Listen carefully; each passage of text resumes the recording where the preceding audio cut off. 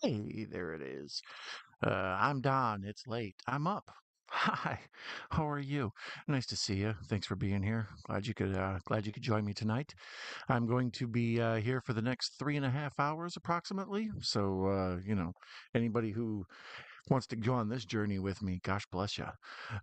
This is one that we could talk about for days, not just hours. The double feature tonight of the Blair Witch Project from 1999, and followed up by the controversial, lots to talk about with Book of Shadows, Blair Witch 2. I'm one of the only weirdos on earth who actually likes part 2 more than part 1. Even though I'm getting ready to spend the next like hour and a half talking about how great part 1 is, how much genius there is in it, even though I'm not sure I actually like the movie. You know what I mean? Kind of a thing. So yeah, I'm gonna be here for a minute. I appreciate you joining me. I'm gonna be watching both of these features tonight on HBO Max. Yes, HBO Max. It used to just be called Max, but before that it was called HBO Max. But before that it was called HBO Go, and then before that it was called HBO Now, and then it was HBO.com. So whatever HBO you're watching this damn thing on, shout out to you and tolerating all of it, especially me. I'm gonna go. Where are you at? Come on now, Blair Witch. All right, let's see here. Probably B, right? We'll go with B. We will talk all sorts of things Blair Witch, all sorts of things found footage. What's your favorite found footage movie? Let me know in the comments or the chat. There it is, Blair Witch Project, 1999. There is a whole Blair Witch franchise, which is weird because there is no Blair Witch. You know what I mean? Like Freddy, there's a Freddy, or Ghostface, there's a Ghostface, or Leatherface, there's a Leatherface, or Chucky, etc., etc. The Blair Witch is an idea. Is a scary concept. Somebody standing in the corner, right? So anyways, I'm gonna go ahead and watch this on HBO Max. It's an hour and 22 minutes. It's at one point was the most profitable movie in the history of movies. Huh? Wow, impressive. So I'm gonna get started on that. Might as well line it up and press play. Three, two, one. And there, I press play. It's doing the circle thing. Is there any kind of commercial? No, there's the HBO feature movie presentation, fanfare plays. Shout out to my friends who dig the captions the way I do. What is this? What production company is this? Is this Lionsgate? Yes, Lionsgate. Nice to see you. Yeah, that does make sense. I do remember Lionsgate having the DVD rights or being all over the DVD when this came out. Um, the thing with this first one is with Blair Witch, it's arguably the best marketed movie I've ever seen my entire life. And I've seen a lot of movies and paid attention to a lot of marketing. But it's also had the best PR spin I've ever seen, like the best like management of the movie while it's a thing and out and running. I've never noticed before the title cards up front, the sort of the precursor. In October of 1994, three student filmmakers disappeared in the woods near Burkittsville, Maryland, while shooting a documentary. That whole title card thing, it just shakes. Like you could tell it was made, you know, by people with very low budget. Speaking of low budget, this movie, as I mentioned, it was one of the most profitable of all time. So we'll jump into that on this right now. The production budget, like just what it cost to shoot the movie, get it in the can, and have it be a thing people could watch, right? That was $60,000. By the time they added up all of the marketing, all of the commercials, NBA games, all of it, the where they bought trailers on all that stuff, it ended up being 750,000 American dollars. So by the time it hit theaters and made it around the world and everything, it made 249 million. All right, so it cost just less than a million to even get it out, but marketed all of it, and the return was almost, 250 million. So I'm no financial advisor, but if someone tells you you could invest something and get 250 times your money back, you should probably do that. And because of that is why the Blair Witch 2 immediately was rushed out into theaters 1 year later. uh, they wanted to capitalize on the same thing. This came out right around like the end of summer and then right before Halloween, and that started the craze now that we still see. Um, Rob Zombie's Halloween movies and those new ones, the um, whatever, Halloween Kills, Halloween Ends, all that stuff. Those all came out late summer, not right on Halloween like you would think. It's like, oh, we'll have those in the theater for Halloween. This sort of sent the template of like, still at the tail end of the summer blockbuster movie season, but, leading into the spooky season, as it were. So Blair Witch 2 was rushed into theaters to try to be out by Halloween of the next year, and that's one of the many things of why it failed. We'll talk about that when we get to Blair Witch 2. We got a whole other movie to talk about for that. I see folks are piling into the chat. I welcome them. If you've seen this movie before, you know the deal. It's a found footage film. So the idea is that they uncovered this lost recovered footage of these student filmmakers who went out searching for a ghost, local legend of a witch, and then they never returned. So later on, the footage was found, and they pieced together the footage, and you get the story that's told. Part of the reason this was such a huge success is people didn't know it was fake. Once a lot of people saw it and the word got out, they knew it was a movie, but a lot of folks thought this was a legitimate, genuine documentary, like no kayfabe, bro. So that was one of the many reasons this succeeded, made all that money, is people thought this was real. Once you see it and you watch it for a little bit, you understand, like, oh no, it's not. But, anyways, the movie's starting, and they're doing the traditional like Friday the 13th thing. It's a bunch of teenagers in a van or whatever, and they're on their way out in the woods to make this documentary, and we're following them on their journey. Just getting to know the characters type thing before the actual stuff builds. Let's see here. Oh boy, all sorts of folks. My friend Mayanne Cinderella is here. Mayanne, cheers to you, my friend. I got the Coors Light tall can here since I'm gonna be strapped here for the next 3 hours. Mayanne, what do you think of the Blair Witch? What are your overall thoughts on it? Mayanne always has she has her finger on the pulse of horror. There's a reason she's the forever queen of horror. Russell Collier is here. Russell, welcome. I actually thought of you when I was doing this. I've done a couple streams and you haven't been able to make it. And tonight, when I was doing this one, I was like, you know what? I bet Russell's got stuff to say about Blair Witch and he'll hang out for a while. So I'm glad you're here, buddy. I love me some Russell. See, Mayan does too. Hey, Russell. Let's see. Folks are saying hi to each other.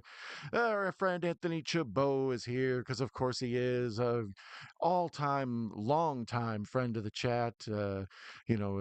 This show wouldn't be a show without Chabot. That's what I always say, and I expect payment for being a rapper. How are you, buddy? By the way, I'm up to 2021 in my memoirs. I hope you are doing awesome at them. As I remember when you started off just as a wee lad writing these memoirs. So, congratulations to you to be so close to the finish line, my friend. Saw Mario. It was awesome. You liked it. Huge controversy over Mario. I mentioned on the previous stream when Mario came out into theaters. Terrible reviews. The critics are killing it. The audience at large loves it. Um, it's the old, battle of Alfred Hitchcock had, where you're trying to please the critics and the ticket buying audience. The ticket buying audience is loving Mario. The only reason I like Rotten Tomatoes, I prefer IMDb, but Rotten Tomatoes, it shows, here's what critics think, here's what people, the average Joe thinks. And the average Joe's liking Mario. So I'm glad to know you liked it. Glad to know you're keeping that average Joe rep going. Oh, by the way, for those of you listening on the podcast or watching along on the video thing, I have kind of this crazy looking necklace on here tonight. But before I went in for the show, I go to kiss baby Night Owl and kiss Mrs. Night Owl, and they usually tell me have a good show and have fun. And I come wandering out here and put on the movie, and then it's nice and it's peaceful. But tonight the baby walked. I walked in and the baby held up a necklace for me to wear. So I decided to put that on. Later on, if it starts to get hot in here, I'll do this bit. And then it looks like I'm a cruise director, right? Hey, who wants to play shuffleboard on the Lido deck? Right? I look like that guy who sings You My Little Boo Thing. Anyways, let me put this back where it's supposed to be. Enough being an asshole. Sporkhole. And those were 7 kids that were missing. Okay, so yeah, now they're basically breaking down the history of the Blair Witch. Like I said, this is documentary style, so they're, pretending to piece together footage recovered after these people died. And, you're supposed to, like I said, a lot of people thought this was real.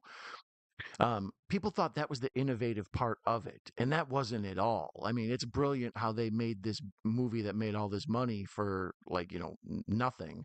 That's the key to John Carpenter's Halloween. You make a movie for nothing, and it makes all the money in the world, and then there's a bunch of copycats for the next 50 years. Um, so here they have cobbled together the old footage that the documentary crew has gotten, and we see all these interview with people from Burkittsville, Maryland, where the ghost supposedly lives. um, a lot of it's very dry up front. Like I mentioned, this movie itself, I find it to be like a six, maybe a 6.5, 65 out of a hundo. Pretty much just because um, it's so innovative and original. The stuff it did with marketing more than anything, like its ability to make a bunch of money. I had to think my thoughts there real quick. This movie, the idea of it had been done before with Cannibal Holocaust, or right now in the theater they're releasing a Faces of Death movie, right? And the original old school Faces of Death is this same thing. Here's a bunch of clips that we've cobbled together from all around the world of people actually dying. And I remember that was the same deal with Faces of Death too. Like the word was, this was real. This is actual murders on screen. Like my sister were watching her slumber party and a girl got possessed. It was that type of movie. Kids on the playground were always spreading the word about Faces of Death. Um, Cannibal Holocaust is just this whole same thing. The recovered footage of people who went missing, and here's what we found of them. Right. Um, Found footage, real divisive. A lot of people hate it. It's a cheap way to make a movie. So a lot of low budget movies, once this had success, a lot of like low budget studios, the asylums and all them, they released a bunch of knockoff, uh, handheld first person shaky cam, people running through the woods, all that. It costs nothing, and if there's any financial return, cool. But to the movie watching audience, it's terrible. So there's a few good found footage. Like I said, I enjoy Cannibal Holocaust. Faces of Death was a thing. Um, I enjoy Last Broadcast. You ever seen that one? It came out right around the same time as this, and there was a little bit of rivalry between them. I'm one of the people who actually enjoyed Last Broadcast more than this as well. Um, it's same thing, except that they present it as a real documentary, so it feels like you're watching like Forensic Files or something. Just like a Netflix documentary made in the '90s, real cheap and low budget, and you see the story of this people who went missing in the woods, and they think one of them murdered the other, and it's good. We'll watch it on the channel sometime because that's a movie I've championed for many years. I tell people to check it out. So The Last Broadcast, that one's called. I think it's on Tubi right now. You can check that out. Um, so here now it's just all, like I say, cobbled together footage of them on the way to the woods. Here they are in the hotel. You can start to see them, bickering amongst each other. This is a documentary crew, but yeah, they're film students too. So, um, they're young. Here we see them drinking. Cheers, guys.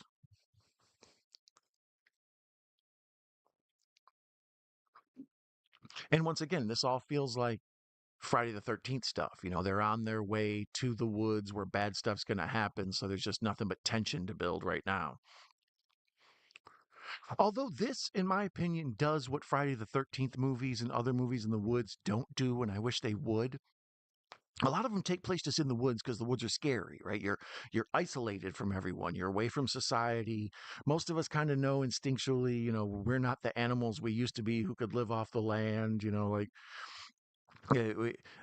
I couldn't live in the woods for a few days at all. Like I'm sure I'd figure out something, but after a little bit, I'd struggle.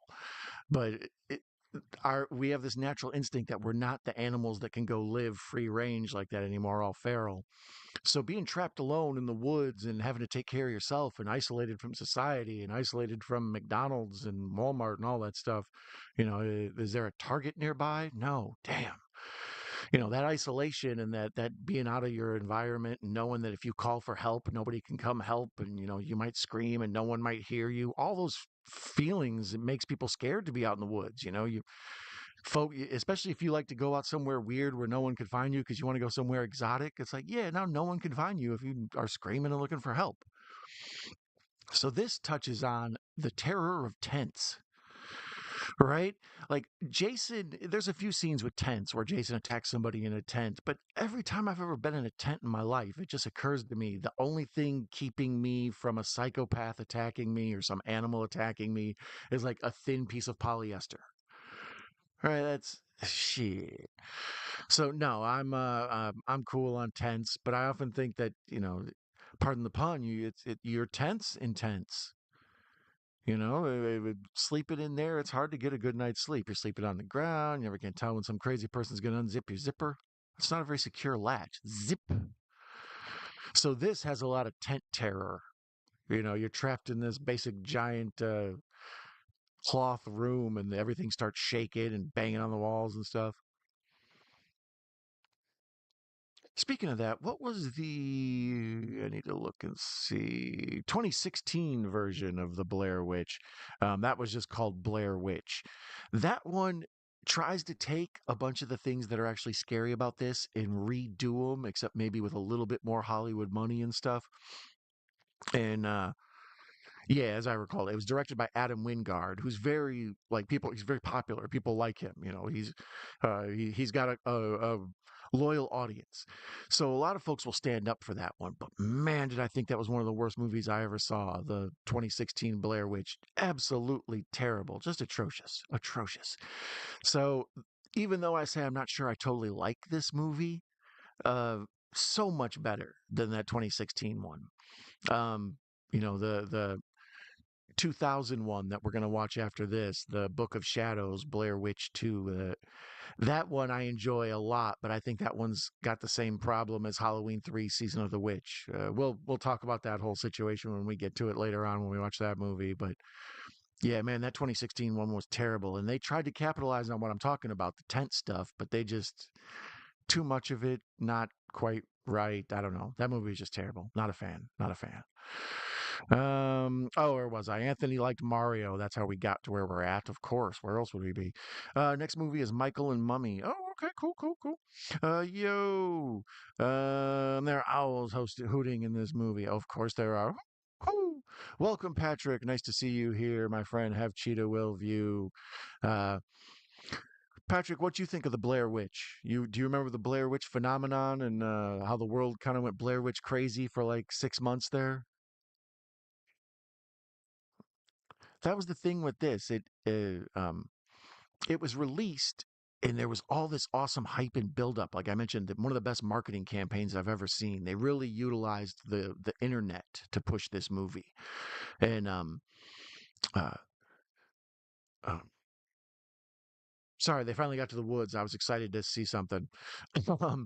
They really used the internet to market this movie, and that's part of the thing that got it going and got people excited long before it came out. They're like, go to this site, and you can see what people thought at the time was real footage and real still pictures and JPEGs and stuff of this whole thing, and they could read the story of how these people went missing and all this. So folks, like I say, got into the whole mythos real early before the movie even came out. They thought this was like a real deal. So when it came out and then kind of had its big moment and blew up at the theater, made all that money, and then kind of fizzled out and went away. And then it came back on home video, and it just got crammed down everybody's throats. And by then, sort of the overall thought was, it's not that scary. Like I thought it was going to be terrifying, and I'd have nightmares and stuff. And it's more of like a psychological movie about these people like with terror and paranoia and stuff more than it is supernatural stuff. And even the supernatural stuff sticks. I mean, some people's complaint is what I would call brilliant. They just tied together some sticks and left them around, and it's like, ooh, spooky. But other folks, it's like, I'm not scared of sticks. Oh, that's right. We were talking about this. Mayan says, well, I was scared to death watching this for the first time, thinking it was real. See, there you go. So many folks thought this was real the first time they watched it because that was sort of the word on the street. And it wasn't until people spoiled it, that no, this is just a movie made super cheaply. Blair Witch is such a cool movie. All right, see, Patrick's Team Blair Witch. The baby is a fashion star, right? See, my 7-year-old daughter frequently like will give me little bracelets and things that she makes, and I'll wear them. And then she'll see old, videos and pictures and stuff, and she'll be like, "Oh, okay, that's sweet that you were wearing my little bracelet for good luck." And I was like, "Yeah, of course." So this is the first time the 1-year-old gave me anything. I'm going in to say goodnight, and she just holds up this necklace for me. Like, all right, well, apparently I need this. Thank you. If I denied the necklace, I would feel foolish.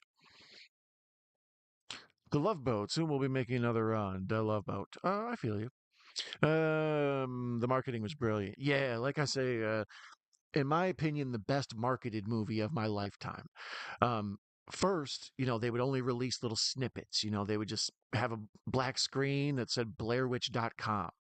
And this was at the start of the internet being like a big deal, right? Like, at the time, it was just, the internet had been around, but it was a lot of information just being shared. You could look up real time sports scores and crap. It was like basically almost like a teletype that the reporters have, the AP and all that.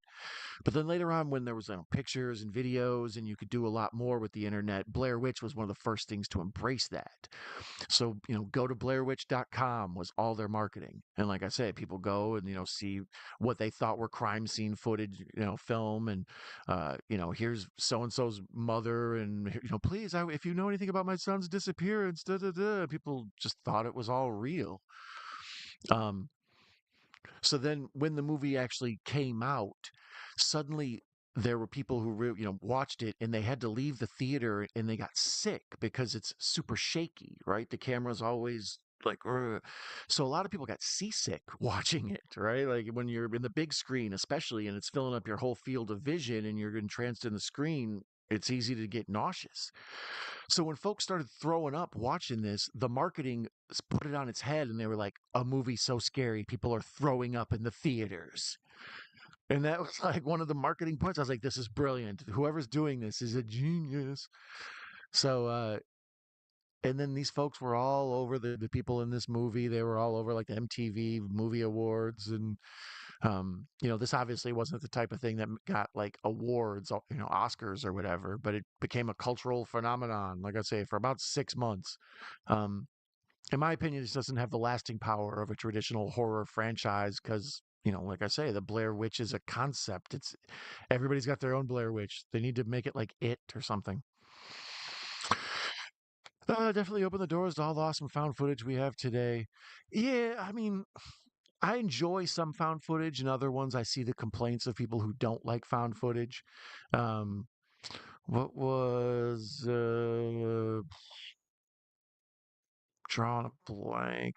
What's the one with the people who get left behind on the boat, and they're out in the middle of the ocean, and they're stuck out there for like several days? Open water. I knew I'd remember it. Like I think that's supposed to have like kind of a found footage feel, and isn't it? Like, and I don't know, so many movies. I watched The Pyramid, which is this crazy movie about exploring Egyptian pyramids, and it's becomes like this horror type thing. I compared it to Aliens, like an Aliens ripoff. It's a bunch of people in dark tunnels getting attacked. It's kind of like Doom, the video game. Um, found footage. VHS is actually, I enjoy the first two. I don't think I might have seen three, but I haven't seen anything after that. There's a whole damn franchise of those. Um, those found footage I enjoy. The VHS I like because it's anthology. So if when if the whatever story is going on sort of wears out its welcome, it moves on to the next story. So the amateurish recording of it doesn't feel so amateurish. You get to cleanse the palate in between each story. And now these folks are out in the woods, and they're starting to argue. Heather and what the hell are their names? I know I always remember Heather because she's the big one. Um, Heather, Josh, and Michael. There it is. And their real names are Ree Hance, Josh Leonard, and Michael Williams. So Josh and Michael just went with their real names. It is currently rated 86 on, well, let's see, a 6.5 on IMDb. And oh boy, what do we got? It's a 86 by critics on Rotten Tomatoes, 57 by the audience. There you go. That's what I talk about. The constant. We talked about it with Mario just a minute or two ago. The critics love this. Everyone talks about what I was talking about. The genius behind how to make a movie scary for nothing. Pretty much anybody anywhere could have made this movie. It took 60,000. I'm surprised it took that much in 1990s money. I would have guessed 25. Um, so the ability to make so much money off of nothing is, one of the things that's going to influence that Rotten Tomatoes score on the critic side. And then the audience, once again, 57%. A lot of people were told this was scary. A lot of people were told this is real. A lot of people were told, but once you actually see the movie, it sort of loses its steam. Um, I know it has a whole, cult audience to itself, which I don't get because, like I say, you would think this would appeal to like the witch crowd. There's a whole subsection of people who like the subgenre of witch movies. Where my goth chicks at? Speaking of that, where's Macabro? Um, there's a whole subsection that likes witch movies, but like I say, this isn't so much of a witch movie. The minions of the witch are scary and the story is scary, but we just don't get right. Um, Prince Movies 15. What up, Don? I'm the boy you bonded with Asian action movies like Sonny Chiba one time. Good to be back. Welcome, Prince Movies 15. I appreciate it. I appreciate you refreshing my memory so I can keep track. As soon as I saw your name, I was like, you've been here before, right? Yeah, I appreciate you. Shout out to Sonny Chiba. But I was dumb and I fell for it twice because I also thought the fourth kind was real as well. Yeah, there's another one that, found footagey. Um, which is weird. We'll talk about it when we get to Blair Witch too. A lot of times when I watch documentaries, I have to question whether or not they're real. Like, it feels like this feels set up and fake. So that weird crossover line of um, being able to tell something that's presented as a documentary. I've always thought, there needs to be more movies like Cocaine Cowboys is an awesome documentary. Why does it have to be a real story? Why can't you just tell a crime drama that way? Like it's with interviews and, fast snapshots of things. But people don't ever do that. They don't use the documentary style except for like mockumentary. So when something's like this is presented, it's like, here's a documentary. You feel like, oh, this is real. I can trust this. This is like the news. It's like, no, this is Cannibal Holocaust polished up. We need a Biodome viewing. Yeah, I need to hang out with Larry and watch anything, but Biodome can be one of them. Um, is there a Dollar Tree nearby? Yes. I haven't bought any physical media in so dang long because pardon my language there. I didn't mean to get so rough. Um, I haven't bought any physical media, and it bums me out because I kind of just always like to acquire and little new pieces to add to it, and especially as places try to fade out physical media, you can also see the public demand for it rise.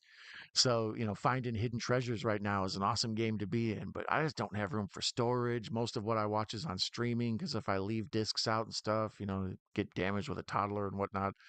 So, yeah, trying to, most of what I watch is just streaming. I leave my movies boxed away. So adding more movies to my boxed movies is too much to ask right now. But it hurts my soul to talk about my movies being boxed up. I need to get them back set up in the giant video store I used to have all again. I guess I would call it more of a video library than a video store. If you want to see a video store, you check out my man Rob's Vintage Video. Also, my boy Gareth Video Tasties. He's built him a pretty cool little video store there. But Rob's Vintage Video is awesome. I love it. That's part of the reason I love that channel. And Rob is his store is the coolest.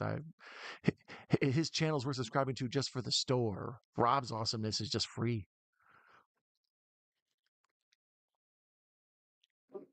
So here's the first night footage. A lot of that helps with this, especially I saw this in the theater. Oh, I forgot to give the usual rundown as I do. Saw this in the theater because I had to be part of all the hype. I had a group of friends going, so I went to check it out. Um, when I saw this in the theater, I remember thinking these night scenes were particularly good in the theater because everything would get so dark. I saw Silence and the Lambs in the cinema, and that one, the same thing at the end when they go to the night vision stuff. The whole theater went dark with green tint. This it goes dark with kind of this grayish tint. This is a good movie to watch in the dark around Halloween time. Although this transfer is terrible. I mean, what are you gonna do? This is like a crap. you know, digital handy cam movie. That's the whole point of it. Is it's supposed to be like on the crappiest cameras. Although this is a 16 by 9 presentation, I'm sorry, about to get movie nerdy here. The presentation on HBO Max is a 16 by 9 or a widescreen or whatever. It fills up my whole, widescreen TV. But as I recall, in the theater, this was a 4 by 3. I thought, like, I think it was, shot like the old rectangle or 3-4 or whatever. Well, the way the old CRTVs were shaped. I think it was like that in the theater. So I'm kind of confused. I don't know if they did a push in, which is probably adding to sort of the grain and digital grain that shows up in this transfer. All right, enough transfer talk. That's super nerdy. I apologize. Anyways, yes, there is a Dollar Tree nearby. I'm assuming you're asking because of buying movies, but I don't know. Just $1.50 up and now. Dude, the Dollar Trees don't fall for their gimmick, their scams. All along they've been a dollar. We all know it's a dollar. Dollar Tree for decades, a dollar, right? The recession hits after the pandemic and all that, and suddenly it's a buck and a quarter. We all accept, okay, buck and a quarter, whatever. So now I start looking around. These sneaky bastards have stuff for like a buck 75 or a buck 50. Like it's hidden, and they just expect you to think everything's a buck 25. No, no, no, they're tricking you. They're basically a Five Below with a different name. Anyways, that's the end of my rant. Anyways, and yeah, but not $1.25 anymore. See what I mean? Um, Book of Shadows, ugh, but Kim during Blue Peepers. Um, well, like I say, I enjoy it more because it's more of a traditional horror movie. This is more of a, kind of a psychological. There's slow build. That's the often complaint. I think that 57% review on Rotten Tomatoes. That's folks who are just like it's too slow.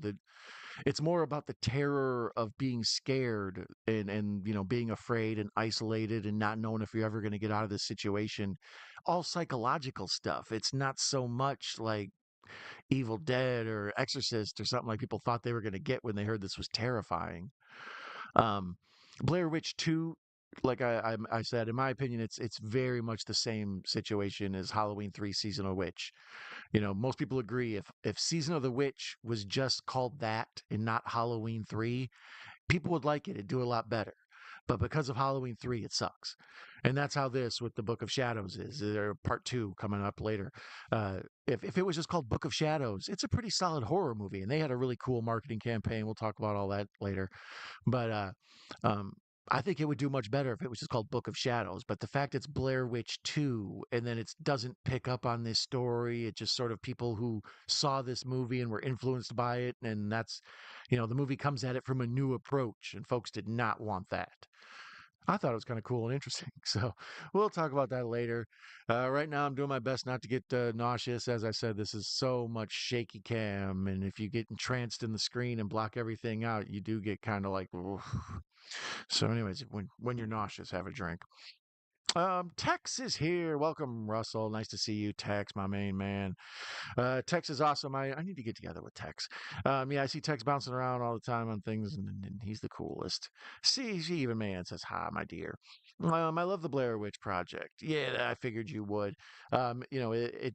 It's so innovative. Well, like I say, it gets credit for being innovative, even though I pointed out other movies that came before it that did the same bit of business. Um, but it hit at the right time. And it also hit in the 90s independent film boom, where there was a lot of excitement about people who were making stuff outside of studio systems. So that also got a little bit of wind in the sails for this movie of how big it became. It was punk rock, man. It didn't need a big studio. Man and Wingard lost me with Blair Witch remake. It was a Aliens, not a witch. Next thing he did it after that was one of the Godzilla King Kong movies. Yeah, I didn't like that one either. I mean, I love King Kong and Godzilla, always, but that one when they got into the whole Middle Earth thing and there's like a whole world inside the center of the too much, man. Too much. I need giant animals punching each other in the ocean and knocking ships over or whatever. I'm not trying to be in a spaceship in the center of the earth. Will Ferrell already went there. Um, I don't think I've seen the remake yet. The 2016, yeah, I watched it. I have a shorts review of it where I talk about how terrible it is. Um, yeah, wasn't a fan. I thought it had an opportunity to do some new stuff. Like I said, I'm down for a cool witch movie. You want to get out in the woods and get attacked by a spooky floating around witch? Right on. That sounds terrifying. No, but he says you could skip it, man. I agree. And she says, I think I will. I mean, any movie's worth checking out at some point. Like if you're a fan of Adam Wingard, if you're a fan of this franchise, if you like this one, but you'd like to see a more glossy, polished up version of it or whatever. But yeah, this is more original and cool. That other one, just I watched it and was just not happy. Oh, she says she think I will. Oh, sorry, my bad. Wait, I was still dumb thinking TCM 2003 was real too. Texas Chainsaw Massacre. Don't laugh at me. I would never. We can always pretend it's real. Hello, Kitty is real, man. I sure hope not. Texas knew nothing about the OG, so I thought it was real. So embarrassing. One of my coworkers flipped out after the movie and thought it was real, and I had to explain the whole thing was a setup. Um, yeah, with the part of the thing with found footage is if you can get the audience to suspend disbelief, like any movie, but especially with this, it becomes a cool. You feel like you're watching an awesome, interesting documentary. Because there are so many weird documentaries like this that. Um, Actually, at this point now, there's probably documentaries that are more scary than this. Like, did you ever see that Hotel Cecil stuff with the Lisa Lamb with that girl who goes missing? I find all that scarier than this personally. Um, Mainly because there's just not enough physical violence. But then when they do add physical violence in the 2016 one, it sucks. The best part of the movie is where a dude gets all busted up and but too much CGI. She is real, Patrick. I've seen her at the Santa store. Dear God, the fourth kind was horrible. Yeah, I remember. I fell asleep to it like twice. Jamie Hart is here. Let me put this damn beer down. Yeah. Welcome, Jamie. Nice to see you. We are watching double feature tonight of Blair Witch Project and Blair Witch 2. We are at where are we at? The 33-minute mark, 33, 37, 38, 39. So we're at about a halfway into this movie. It's an hour and 20 minutes or something. That's part of the reason I like this first one. It's part of the reason I decided to do a double feature. So yeah, we're watching the Blair Witch. Jamie, what's your thoughts on the Blair Witch? I bet you saw it in the cinema too. Were you next to me? Folks are saying hello to each other. Hence why I said I was dumb. You are not dumb, May. You are the awesomest. Hey, Echo's here. Echo. Oh, he must be here. Well, there he is. Hello, Echo. Cha, cha, cha. Zero. Welcome, Echo Zero, longtime homeboy, compatriot, friend. Speaking of homeboys, compatriot friends, today was our friend Hobbs Horror's return to the midnight hour. I believe Mr. Bones has been hosting it most of the time, or been doing keeping that whole thing afloat. But yeah, it was nice to see Hobbs back. It was nice to see the crew over there, the Boglins. Um, so shout out to them. Go make sure to check out Hobbs Horror, as well as at Mr. Bones HPS. See, here's one of the other complaints of this movie. Lots of shots of just like piles of rocks or grainy shots of leaves. Like the resolution on this, everything's in a 4K, 8K world. I don't know if this movie's going to stand up with every new incarnation of high definition. And if it did, would it lose its charm? Like, doesn't this movie kind of have to look like crap to feel right? Texas Chainsaw, that's part of the charm of it, I say, is it looks gritty and dirty and like it feels like a documentary also, even though it's not supposed to. It's just so live and in your face. I think if you polish this up and you could see all these people all close, it wouldn't work as well. No way, man. We all seen bad movies. Oh boy, have I! I saw this in the theater too. I hated it. I wanted to like it, but man, it made me dizzy. See, there you go. That you encapsulated everything I talked about in one shot there. Um, yeah, there was just such a mass hysteria around it. It felt like it was, a thing. Like you had to kind of go check out Blair Witch, especially if you're a horror head. What do you mean you haven't seen Blair Witch yet? I actually saw this twice. Went with the crew one day in the afternoon around let's say 4:20 ish in the afternoon. Me and like three or four of the homies went to the theater, smelling good, and watched this. And we had heard all the stuff going into it that it might make you throw up, it might whatever. So just watching it, I felt kind of like, oh boy, I sort of half paranoid that was going to happen. Um, but at one point, I remember one of my friends turning to me and being like, "It's not scary." I'm like, not really. It's interesting, but it's not necessarily scary. It's thought provoking. I don't think I'm gonna go home like I say and have nightmares, but um, Yeah, I don't know. So yeah, I agree with you, Jamie. The pretty much what you said there encapsulated the Blair Witch experience. You know, a lot of hype and then the letdown was sort of rough. I wanted to like it, and it was disappointing I didn't. I bet my last name or Jamie, Jamie saw it there, right? So winner, chicken dinner, correct? Um, owls are nerdy by nature. Oh, definitely. You down with OWL? Yeah, you know me well.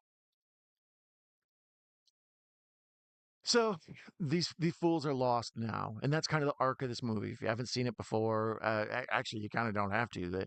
Most movies, I say, if you haven't seen this before, make sure you watch it before you listen to me talk about it. I'm going to ruin a bunch of things. You kind of don't necessarily need to see it. I would watch Blair Witch 2 before I talk about it, just to see what I'm talking about. Like, you can look at screen caps of this on the internet or watch little video clips of one or two scenes and be like, yeah, I get it. Um, so the arc of the movie is they go out to the woods, they start stumbling around, making a documentary about this Blair Witch and these kids who went missing, and well, this guy who went crazy because of the Blair Witch and kidnapped these kids, etc. Whatever. So they're out in the woods doing that, but the documentary crew has sort of turned on itself and is recording their own experience of how they're lost, and they at one point I think they kick the map into the river, and so they're just out in the middle of nowhere. They have no way of telling how to get home. And of course, the woods are sort of haunted. So it's sort of like them, like paradoxal vortex things that people fall into in the movies. You can't get out. You just keep walking around in circles no matter what. Um, so yeah, that's kind of the gig of this whole movie. And then it ends with kind of a really cool climactic, and then it just ends. And you're like, that was it? But right now we're building our way to, rah, that was it. Sorry to sum up a movie that made a bajillion dollars. So basically, I'm sorry I didn't get back to you on Facebook. I've spread a bit thinly. Plus, Voldemort has been about some of our social media.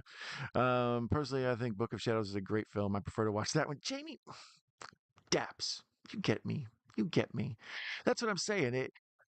We'll talk about it later because I got to spend 2 hours or an hour and a half talking about that one too. So I don't want to burn up too much of that fuel right now. But yes, I agree. As far as a movie, I would like to sit down and watch.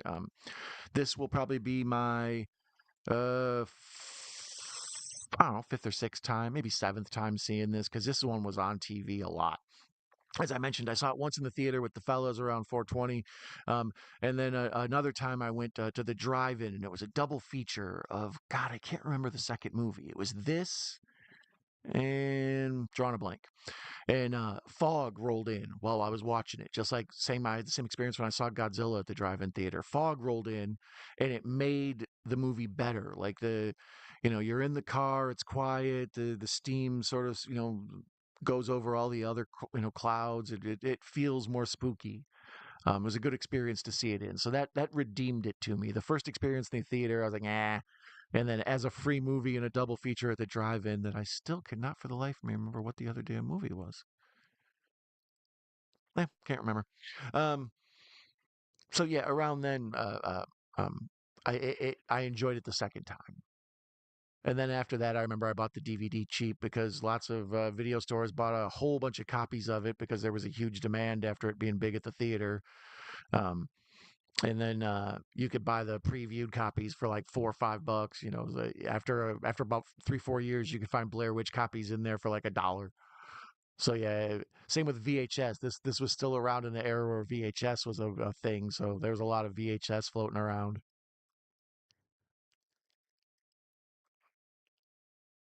All this, I mentioned the movie The Last Broadcast, which I enjoy a great deal and I recommend checking out.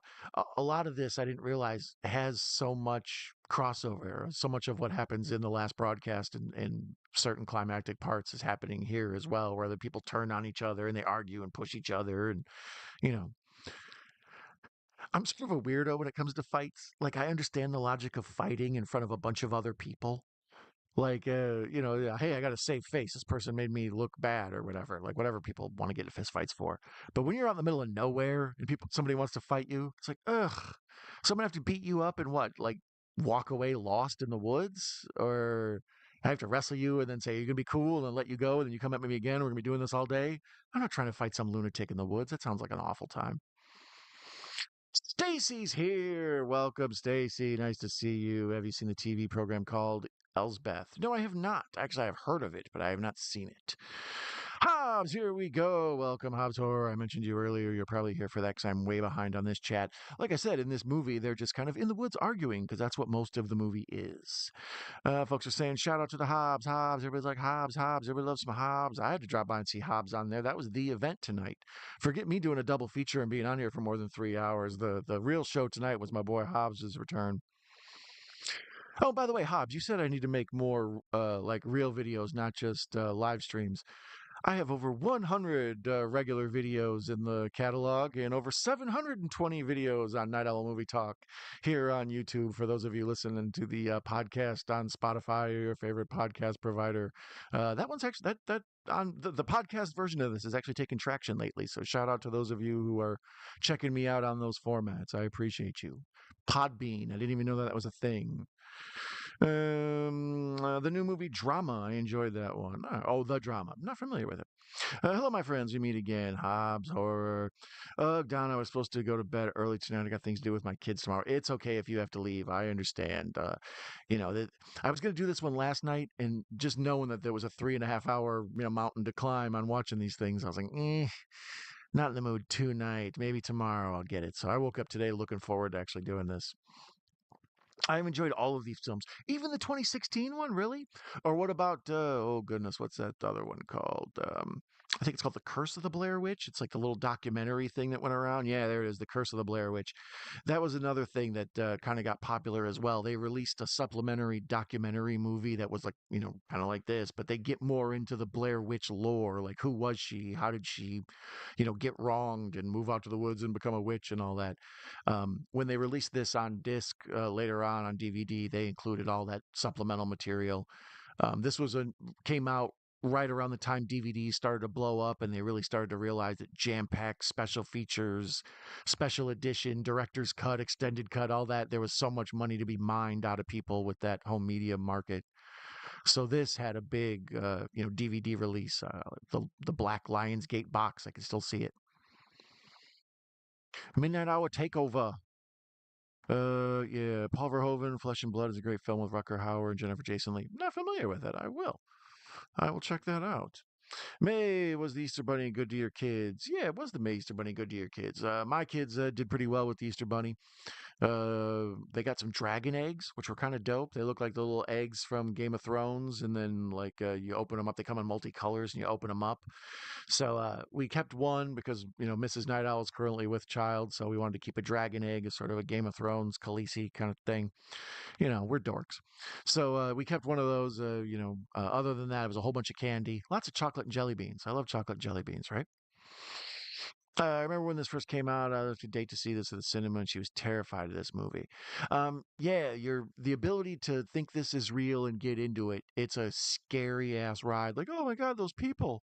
Because especially when you have heard, like, no, they died or they never came back. This is the footage we found when we're still looking for them or whatever happened to them.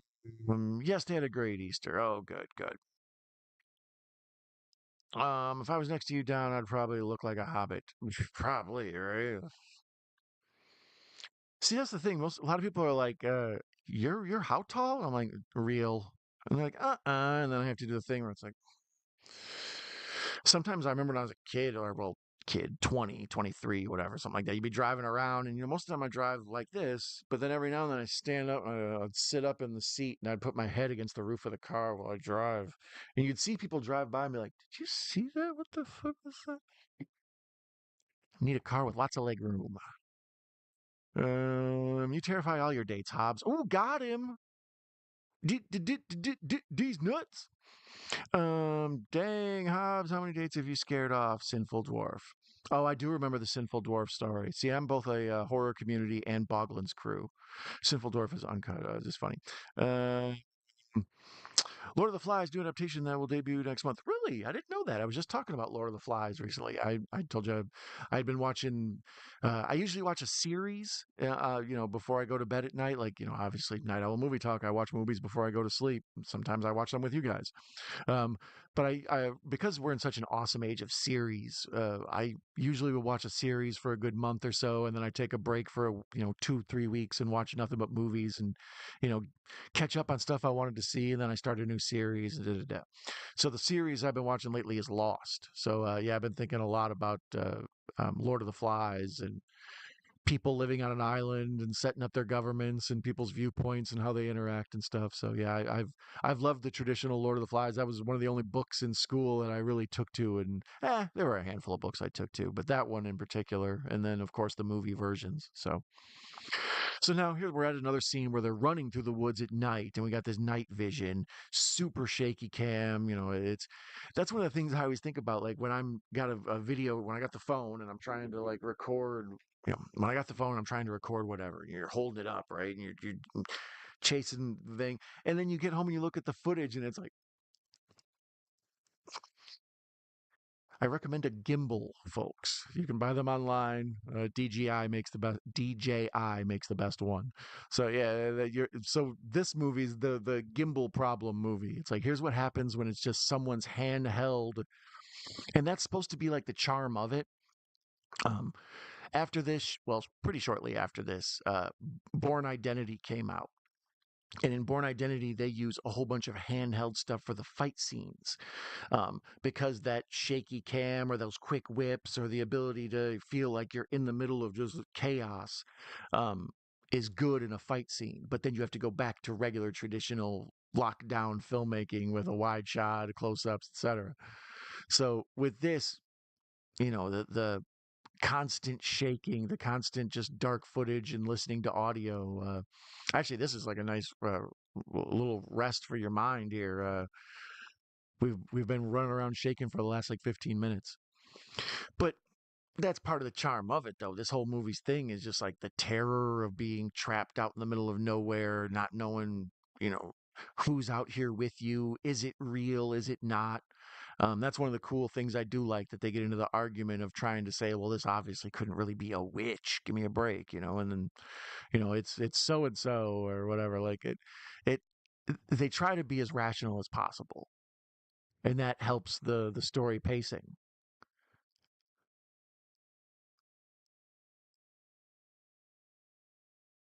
So now they're arguing about the backpack and the lost map and the compass and all of it.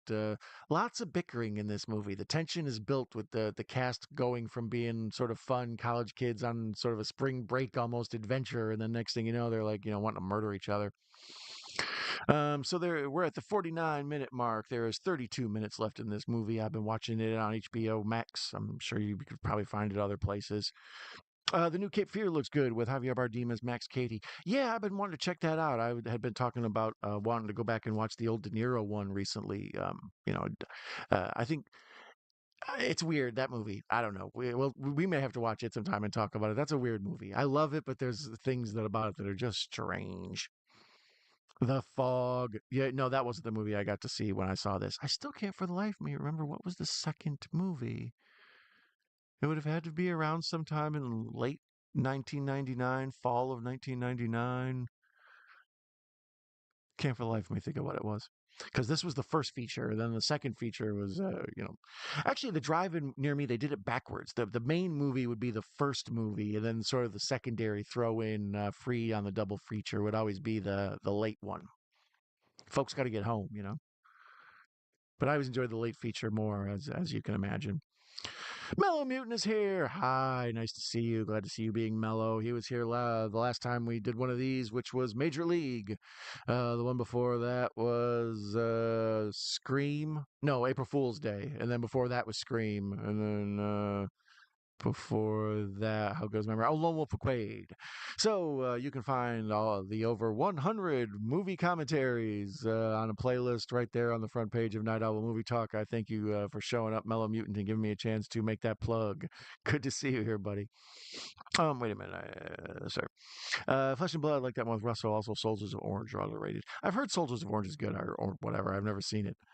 The Russell Crowe one, right? Am I absolutely not leaving? Oh, you can. Good day. Not only are we talking in the chat, Jason, welcome, buddy. Nice to see you. I saw that public domain movie you posted earlier, and that fire ass movie poster you made for that. I loved it. The Blair Witch is real, right? That's what a lot of people say. Have to check out Soldiers of Orange on YouTube. Yeah, I've been meaning to check it out. Like I say, I'm interested. Whenever something sounds good, it's like, oh, I'll get around to it eventually. But so much always, gets put on my plate. Some stuff gets pushed back years. Um, 30 times a day, people are going to start talking. Oh, you guys bumping into each other? That's sweet. I loved Lost. Great show. Yeah, we've been watching From prior to that. The new season of From is coming out, and if you haven't seen that, that's really good. It's on this obscure channel, MGM Plus, which is owned by the Amazon Prime people, but it's because they own MGM.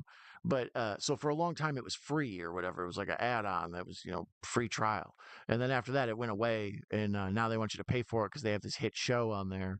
But From is excellent. I recommend that, and it's got a Lost vibe to it, except more horror tones than Instead of a smoke monster, there's like zombies and other stuff. It's pretty cool. So I recommend that. It's also got Harold Perrineau, the dude from Oz and The Matrix and all that stuff. He's in From. Always enjoyed this movie. Yeah, it's a Halloween classic at this point for me now. This is a strange viewing for me. I'm pretty much just watching it for another purpose, but we'll talk about that at some other point. Um, but I had been meaning to watch part two, and I thought, since part two is only like an hour and a half, and this is like an hour and 20, it's perfect to do a double feature of them, and that way they're both clipped off on my to-do list of movies I wanted to watch with y'all. Um, it Every time I watch it, I think about the same things, like just how much they got back from a little effort and how much money they got back from little invested, and the returns on every front of this movie just always, I mentioned earlier, just some sticks tied together, but they build it as a thing to be scared of, so your number one prop is nothing, it's free if somebody's got some twine. It's true. I lost a girlfriend two different times over the sinful dwarf and the last house on the left. Two different girls. Well, I wish each of them had a chance to try the other movie that they left on. Don would be a good game show host. Which game show would you like best? Ooh, probably something asinine. I couldn't do serious, like Who Wants to Be a Millionaire or whatever. Like, duh, duh, duh, duh, duh, duh. Oh, what is your thought? Is that your final answer? Yeah, I don't think I could do all that. I'd crack. What about Make Me Laugh? I'd be a good host for Make Me Laugh. Season Experience Date Terrifier. Yeah, that'd be. Those movies are pretty hardcore, Hobbs. The Doors, Rider on the Storm about a hitchhiking killer was inspiration for The Hitcher. I did not know that. Russell always bringing the interesting trivia. I didn't know what I was thinking. Did you scream? Oh my god! Where I am. Major League. That was a fun one. Yeah, that was me thinking a lot of what we watched the other night. Yeah, Major League was fun. Like I say, that's one where when I think to watch it, it's usually like wintertime or something. Like, oh, I'm in the mood for a good comedy. Oh, Major League. And I'm like, yeah, it's wintertime. I should watch it during baseball season. So baseball season just started. I was in the mood for a comedy. The stars all aligned. It's also golf season, so keep an eye out for Caddyshack at some point. Adding From to the watch list. Yeah, From is super good. It's like, yeah, like I say, like Lost. It's got a lot of that mystery box storytelling that J.J. Abrams does. Abrams doesn't have nothing to do with it. I don't know if Lindelof does or not, but a lot of like mysteries and weird stuff, and scary, good acting. I think there's three seasons of it right now, and fourth one is coming out in April 19th, something like that. Mutant says From is so good. Yeah, very enjoyable. Like I say, if you enjoy From, check out Lost. If you are a fan of Lost, check out From. They're very similar in their own weird way. I've seen up to season three. Yeah, that's where I'm at. Me and Mrs. Night Owl watched it because she thought it would be good, and I ended up loving it. I was like, "Ooh, you get to pick more often. Good job." And there she is. Speak of the lovely Mrs. Night Owl, new season of From comes out this month on the 19th. So I'm excited. Look at you right there. Man says, hello, Kayla. And hello, man. Oh, look at me getting behind. Hey, Paula's here. Welcome, Paula. Nice to see you. Paula, you a fan of the Blair Witch movies? I talked to Harold Perrineau. Was so tempted to ask spoilers for From. You talked to Harold Perrineau. Look at you. I love you too. Mrs. Night Owl wandered in with the baby and had to get something from the other room there, so couldn't take an opportunity to. Couldn't miss an opportunity to tell them too that I love them and get back to what I'm doing here. Scorsese, love his films, of course. Great recent watch parties and happy for them. Thanks. You are always so supportive, and it's nice to have you here. It's weird. The lifeblood of this show is always the rewatches. Once this goes into the catalog and folks chip away at it, and I get views, and the next thing you know, I look, it's like, oh wow, that video did really well. But this late night intimate, just us and a good 3 to 15 people. That's the real show. Me and my co-host of the live chat. So is having you here, Stacy, is I appreciate it very much. Having all of you here, I appreciate you very much. Russell says hi, Kayla. Everybody's saying hi to Mrs. Night Owl. She has a lovely lady. Mrs. We love the Night Owl family too. Oh, thank you, man. Hello, Mrs. Night Owl. Yeah, you guys are sweet. Yeah, Mrs. Night Owl is currently with child, so that is the warning I've actually been putting at the beginning of all of these shows. And since we're going to be here for an extended period tonight, might as well mention it again. We're at our due date, so at any point she could walk in and say, "Hey, we got an issue. We're gonna have to wrap this up. I'm gonna need to pack some bags, get some kids handled, and we're gonna go to the hospital." So if at any point I have to shut this down because of that, you understand. You've been forewarned. Um, Otherwise, I'm sure later on when I post this or when it goes first, you record this live, then YouTube processes it. Then sometime like tomorrow night, it shows up like for other folks to watch. I usually tag the baby registry on there since the baby's coming. I need every bit of diapers and formula I can. It's been pinned in the other recent live streams. So if you're a person who would like to get the baby something, feel free to do that. Otherwise, it'll probably be in the comments of this later on if you're watching along. Oh, imagine. Oh, Kayla's saying hello to everyone. Nice of you to say hello to my friends. I don't want to go to bed. It's still dark out, right? I popped in for a little snacky snack. Yeah, I saw you sneak in there. She's fun like that. I don't blame her. She knows she's gonna be stuck with the baby for 3 hours. Actually, that baby was supposed to be asleep. That baby's been a jerk. She's going through that thing that toddlers go through where they just decide, I don't care what time my bedtime is. And how do you convince a toddler to go to bed? I mean, besides like some crass way. Vodka? No. Uh, no, the baby is a night owl like daddy. Even if she doesn't take a nap all night, she still wants to be up late. Especially during snack time, like mom came by and got. The baby loves that. Hi, I'm up. Let me get a snack.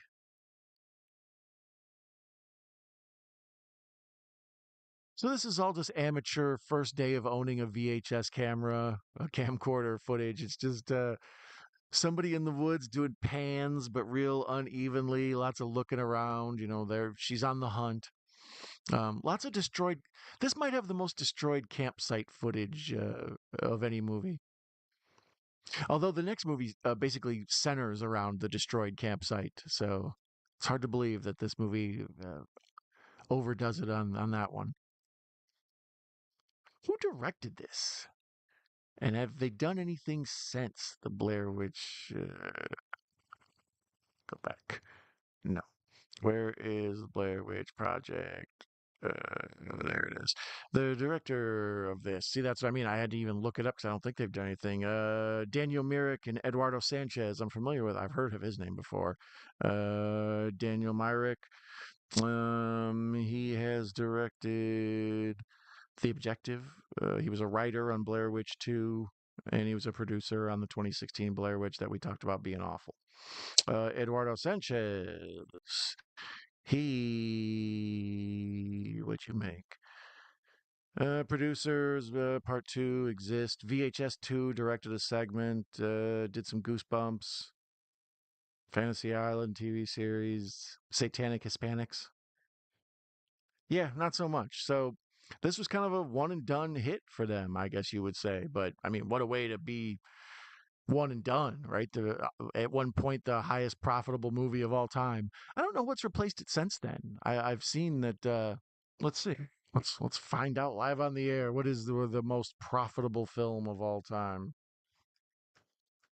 Any guesses, audience? Chat. What do you think the most profitable movie of all time is? I think it's got to be this, right? Avatar. No, see, that's yeah, I guess their worldwide gross of Avatar and Titanic. See, this is all gross. I'm looking for what was the most profitable movie.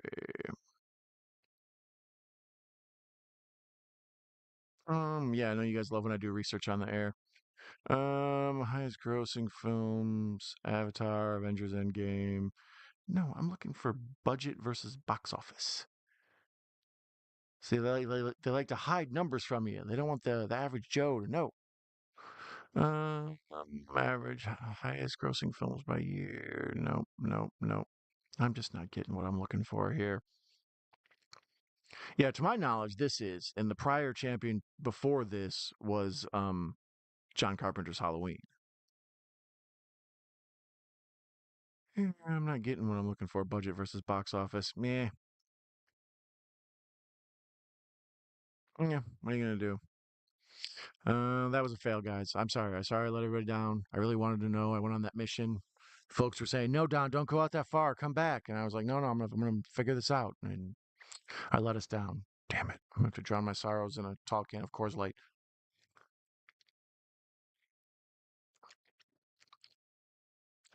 So in this fine movie that I'm not watching right now, well, I'm not talking about at least more black screen. I talked about the theater experience or the cinema experience. A lot of folks were let down. I enjoyed it, like I say, more in the drive-in than in the cinema. Whole bunch of just dark theater.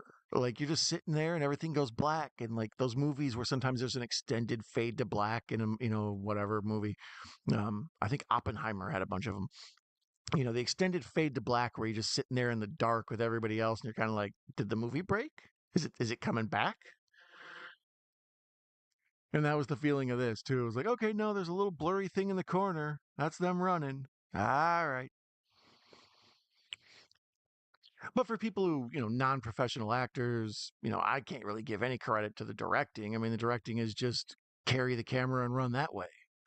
Not a lot of nuance to being like, oh, I'm trying to get the composition of this shot just right. It's like, nah, it's just whatever the camera grabs while you're doing whatever you're doing. So I can't really give the directing much credit. The music score, there isn't really such a thing. The sound effects obviously real good because that's part of what draws you in this movie is the sound of nature around you while you're all, creeped out in the dark. Um, it's part of the reason I can't give this a huge like, oh, I love Blair Witch. I've seen it. This is probably my like I say seventh or eighth time seeing it. It's I it's enjoyable. It's a thing to talk about more than it is to actually watch. That's part of the reason I think part two is better than part one. Is at least part two is a more enjoyable movie. It's the narrative and the what's going on, and there's a bit of a mystery, and there's a few other weird things in there. We'll talk about it. Let's see here. I think it was made for like 30K, made for over 100 mil. Yeah, we talked about that earlier. It was 60,000 to get it in the can. This is our first one here, and then by the time they did all the advertising and everything that goes with it, the marketing of a movie, it was 750,000. So $750,000 in 1999 money. And then by the time it went around the globe, well, film festivals, theaters, and then the globe, it ended up making 249 million. So that's why this was the most. Before that, Carpenter's Halloween, I think that was like another deal, 80,000 or whatever. It was very 100,000 or something to make Halloween, and then it made how much ever and spawned how many rip-off sequels. Here we go, more scaring people with the use of tied-up sticks. It's like, oh my God, here's old boy's flannel. Like, no. But if you thought this was real, that would be a scary ass development. Like your friend disappeared and then there's a bundle of sticks outside with his shirt, little shreds of it tying up the sticks. I can't remember how much it made. Like Jamie's favorite Skinamarink, I put this on twice and it just becomes background noise when I scroll on my phone. Jamie, do you want to watch Skinamarink with me sometime? I want to watch it because I don't get it. I don't like it. When I think about it, I'm like, it's such a eerie tone piece. Like, if you just want to sit in the dark by yourself and get kind of creeped out, it's a good movie. But on every other level, it's terrible. Anybody could make that movie. So, I remember my friend Patrick, Have Cheetah Will View, is in the chat. He champions that film. I found it incredibly just as where this kind of built an interesting story.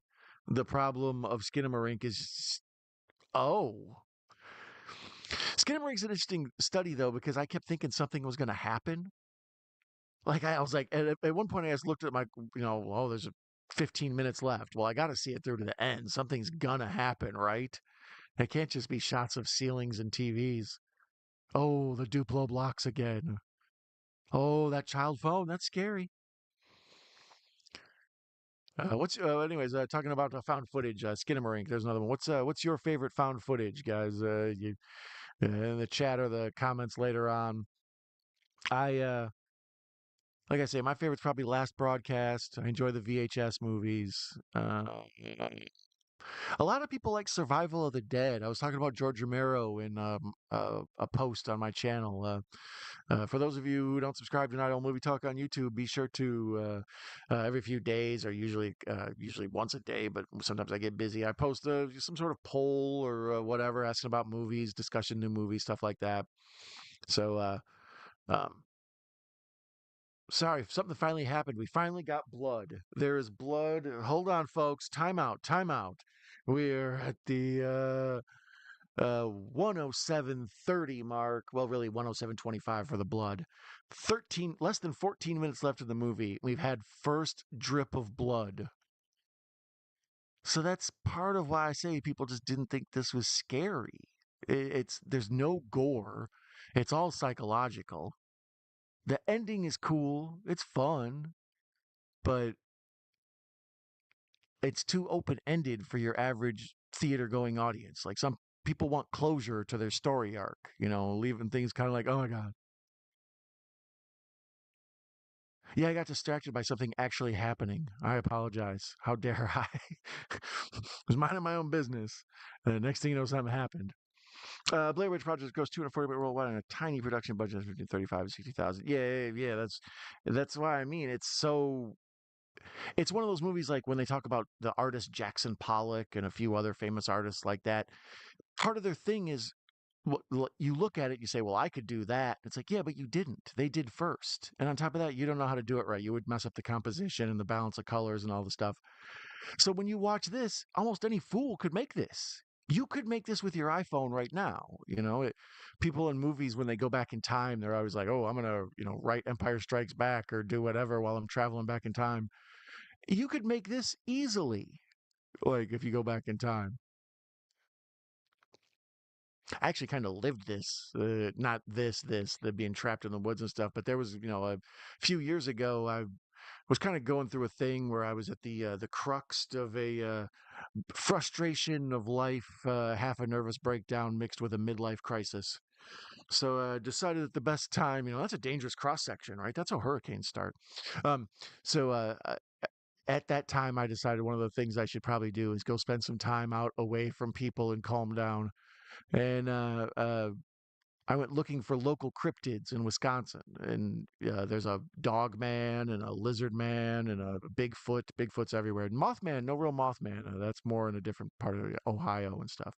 Um, so I was out in the woods looking for cryptids, stomping around by myself like this, and I spent a lot of days just me walking through the woods, listening to the crinkling leaves under my feet, enjoying the fall, all of it.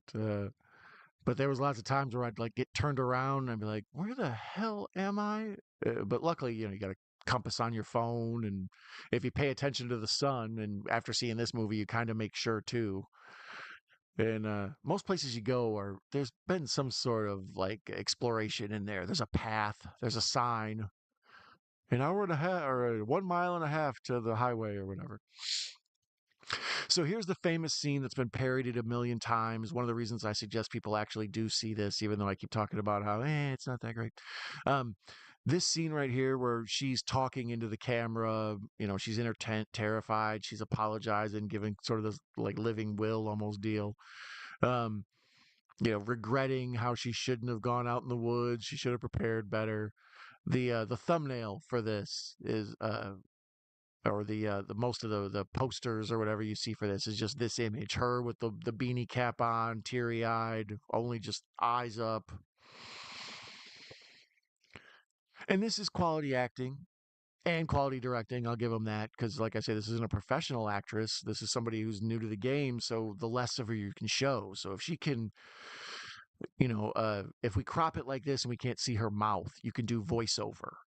So all she has to do is kind of just look into the camera and talk, and then like, summon up a tear, and then later on you can, dub over the dialogue and get it right. So she does a good job acting of summoning up the tears. She got a little snot bubble. The snot bubble always sells it, right? Like if you get just the regular tear, it's like, that's maybe Visine. Maybe they're thinking about their dog who died when they were a kid, going through some old emotions, whatever. But when you get the snot bubble, that's serious. That's some real.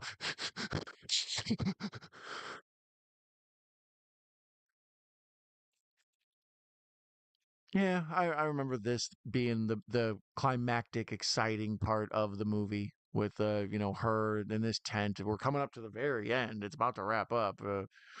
9 minutes left.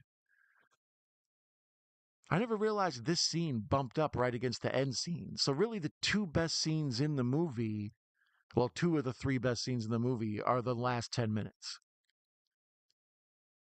I wish that's what I kept hoping for out of Skinamarink.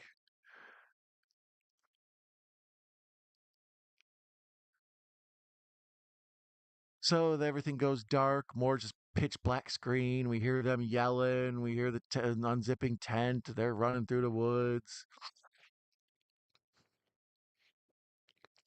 See, in the nighttime thing, this falls into the old horror movie, adage or whatever. We don't want to see the monster. If things are dark, if there's lots of shadows, the harder it is to make out what's going on, the better it works towards the storyteller's advantage. Unless you got an awesome monster like some David Cronenberg stuff or whatever, hide your monster. You know, but if your monster's that good, then yeah, show it off like crazy.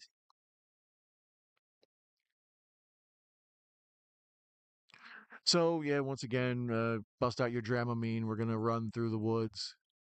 Shout out to Creedence Clearwater Revival. Run through the jungle, and there, lots of confusion, lots of chaos, of screaming. Just this footage though, like I feel like a lot of this is almost like stock footage. You go out to the woods and you spend a day or two just moving the camera around because then you just dub in the voices later. We don't see any actors' mouths moving or anything. We just hear all this talking.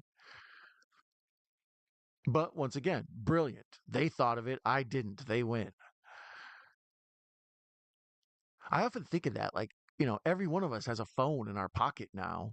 Like, why aren't there more awesome movies on YouTube? There's people doing amazing things on YouTube and then, in the TikTok and, all these different things. Back when Vine was a thing, I was always shocked at how many people made awesome Vines. But I'm surprised there just aren't more movies that somebody just made with their friends that turned out to be kind of awesome. Like stuff like Swingers or Clerks or whatever. You could make that with just the phone in your pocket. Well, here they go. She's running through the old abandoned house now, and we're going down to where they made the kids stand in the corner.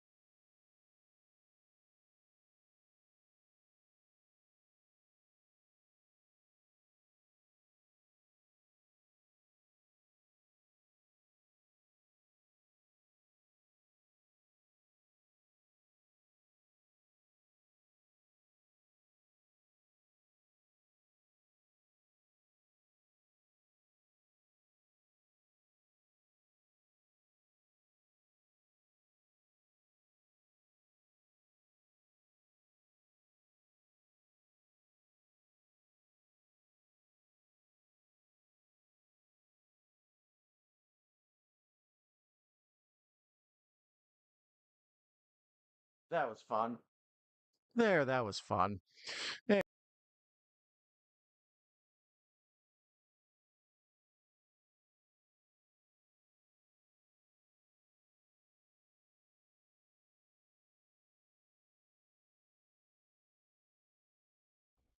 there you go. Mic back in. I must have unplugged it when I got up and stood in the corner.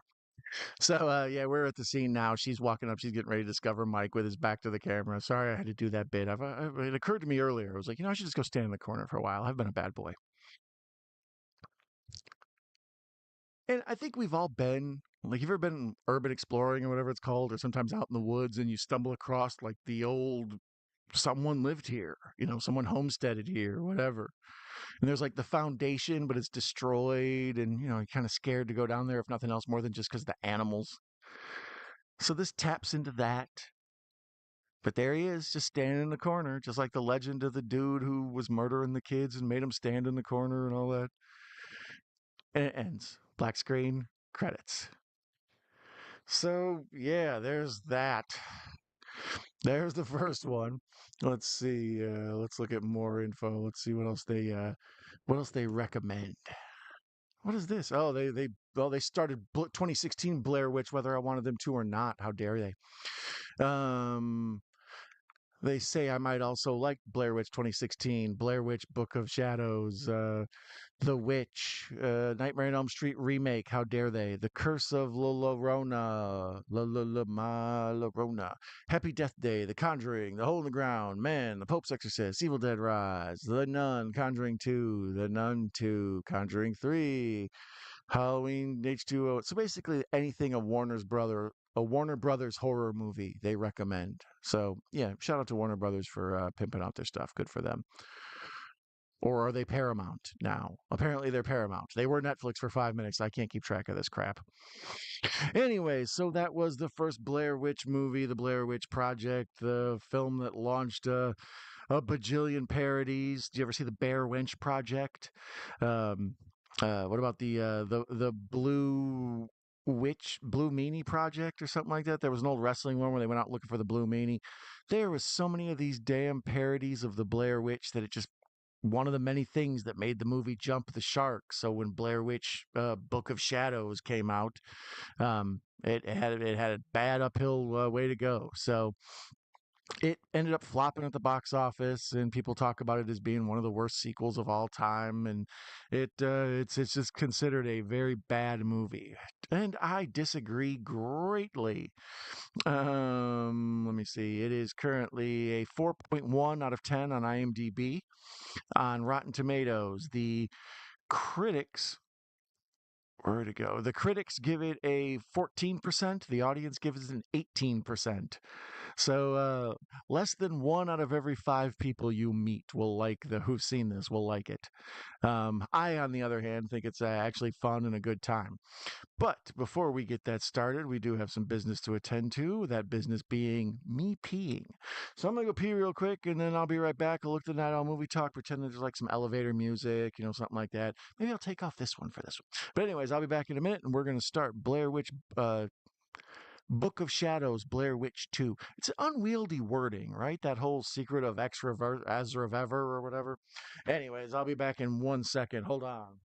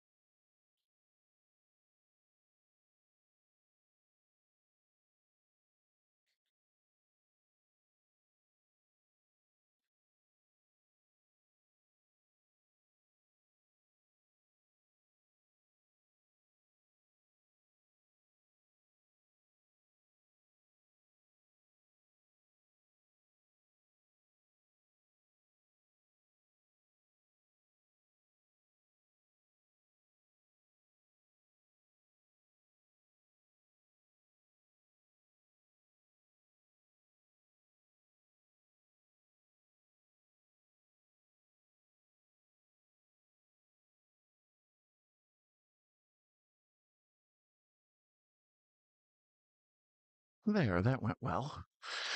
Anyway, so I'm going to watch Blair Witch Book of Shadows. Bleh. Book of Shadows, Blair Witch 2. I always feel like it should be Blair Witch 2, Book of Shadows. No, no, no. See, they fell into that same trap I talked about. They knew that this wasn't enough like the original Blair Witch, and people were going to be mad, and they were going to end up in the same boat as Halloween 3, Season of the Witch. So they tried to flip it up on them and go with Season of the Witch, Halloween 3. So this is Book of Shadows, Blair Witch 2. This came out 1 year later. There was a rush to make it. And I'm going to go ahead and press play on it right now. It's for the genres are horror and occult. So right away, you know I'm in. So 3, 2, 1. Watch this on HBO Max with me right now. Play. All right, the little spinny circle of thought is going. Fanfare plays, HBO movie presentation. Da-da-da-da. Artisan.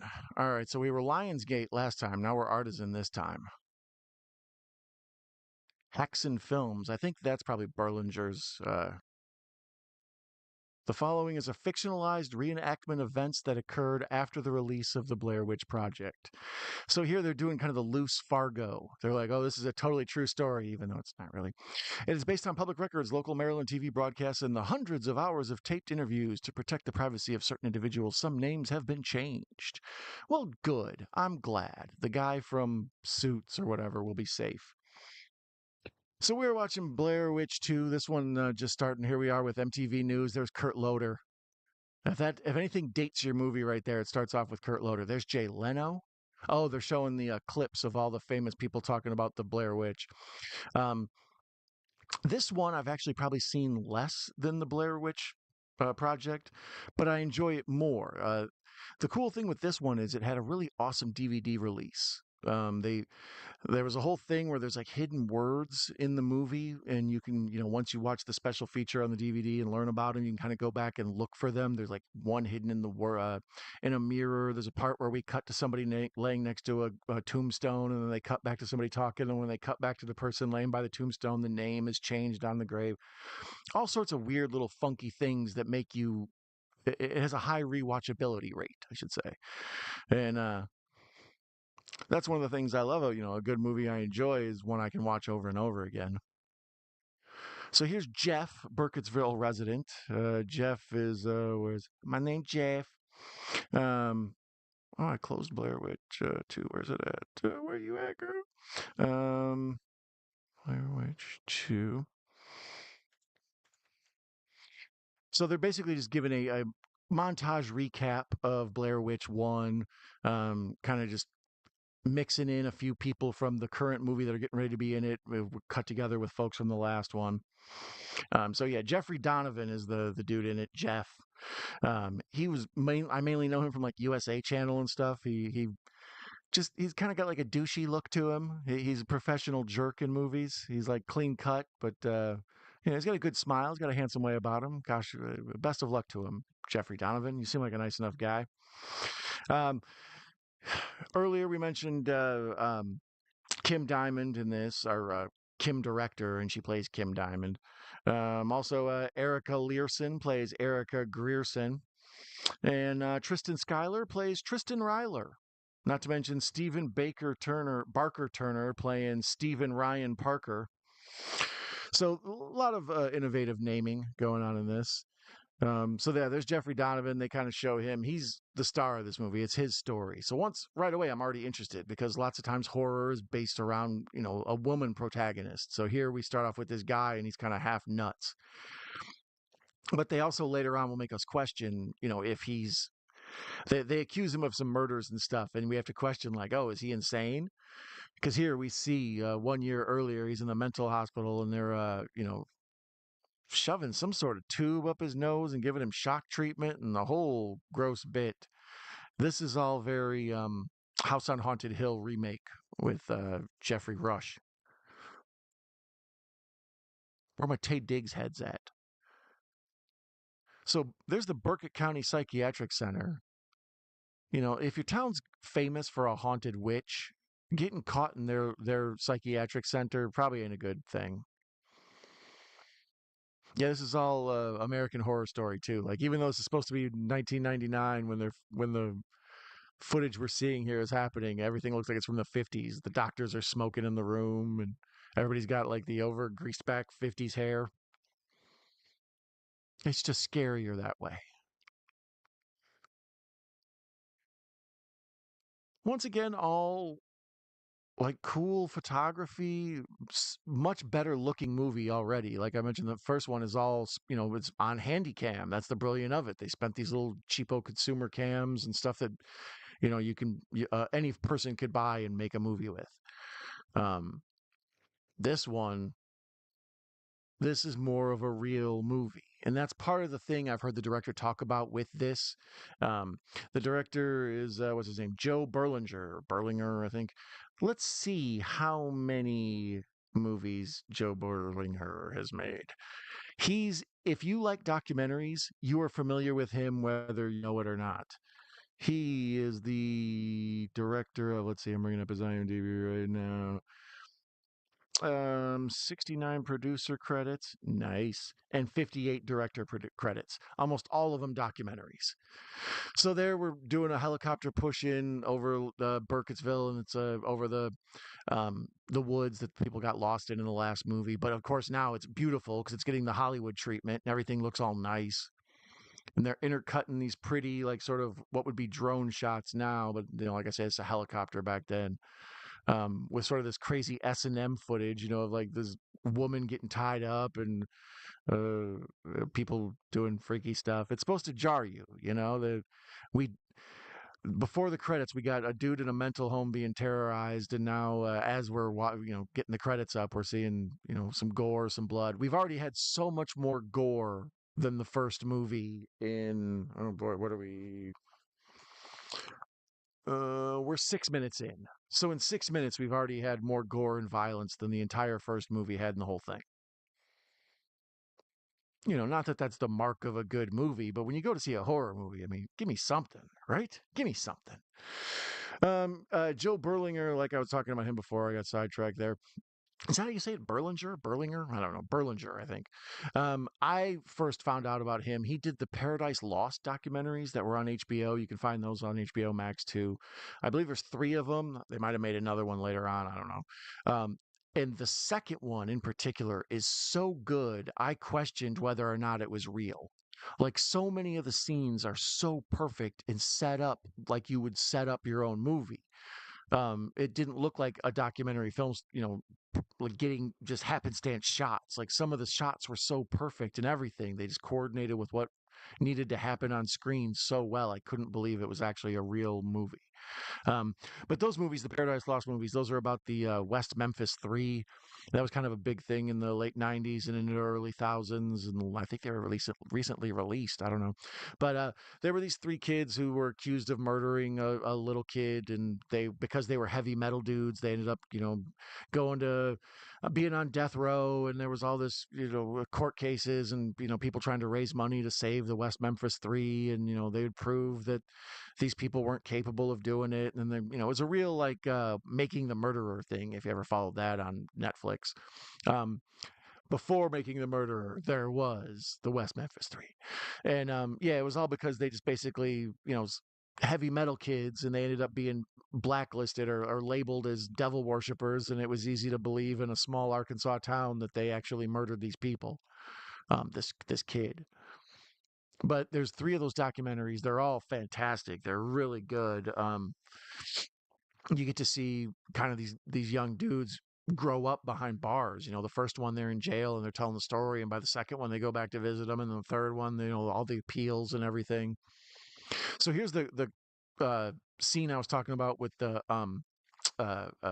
headstone where the goth chick's laying down and it says treacle on the treacle, um, on the tombstone, and every time they cut away to her friends talking to her, there's treacle.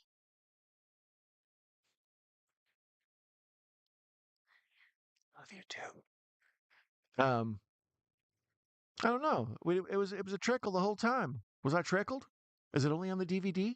I didn't see trickle switch. I was distracted by Mrs. Night Owl. That's my fault. So yeah, basically, old buddy, the star of the movie, he runs a Blair Witch. What do you call it? Like a star tour type thing. You know, it's for people who saw the movie, love it, and they want to go to those woods where the movie happened, or, they got some sort of unhealthy fascination with the Blair Witch phenomenon. So right away, that loses audiences. It's not a follow up to the first one. It's as if the first one was a movie that existed, and this is a movie about people who saw and reacted to the movie. So right away, you've already it doesn't look like the first one. It's not the same type of setup as the first one. And then, it's got almost basically a totally different take on the idea. So it's already just struggling to, it's got a huge hill to climb to be popular. And as I mentioned, the Blair Witch Project, they'd kind of jumped the shark, and it had its moment where it was huge and everybody thought it was great. And then it kind of lost its returns and fizzled out. And thus, no other, good Blair Witch stuff in the franchise. And then here, once again, this scene is straight out of Friday the 13th Part 3. They're on their way into the woods. They stop at the convenience store. They're getting the stuff, and the various people in there are mean to them for no reason. They don't like that they're goth. Hey, how dare you come in here wearing black and on have eyeshadow on and whatnot? What other documentaries has Joe Berlinger done? Those are all producers. Let's go to director. He did. We'll start at his beginning. What was his first one? America, a bunch of TV. Uh, and then yeah, the Paradise Lost, the child murders at Robin Hood Hills.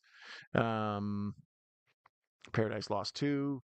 Then this, and then this was his first like real movie. He worked on DC, a TV series, but it's all documentary stuff. And then now here's more.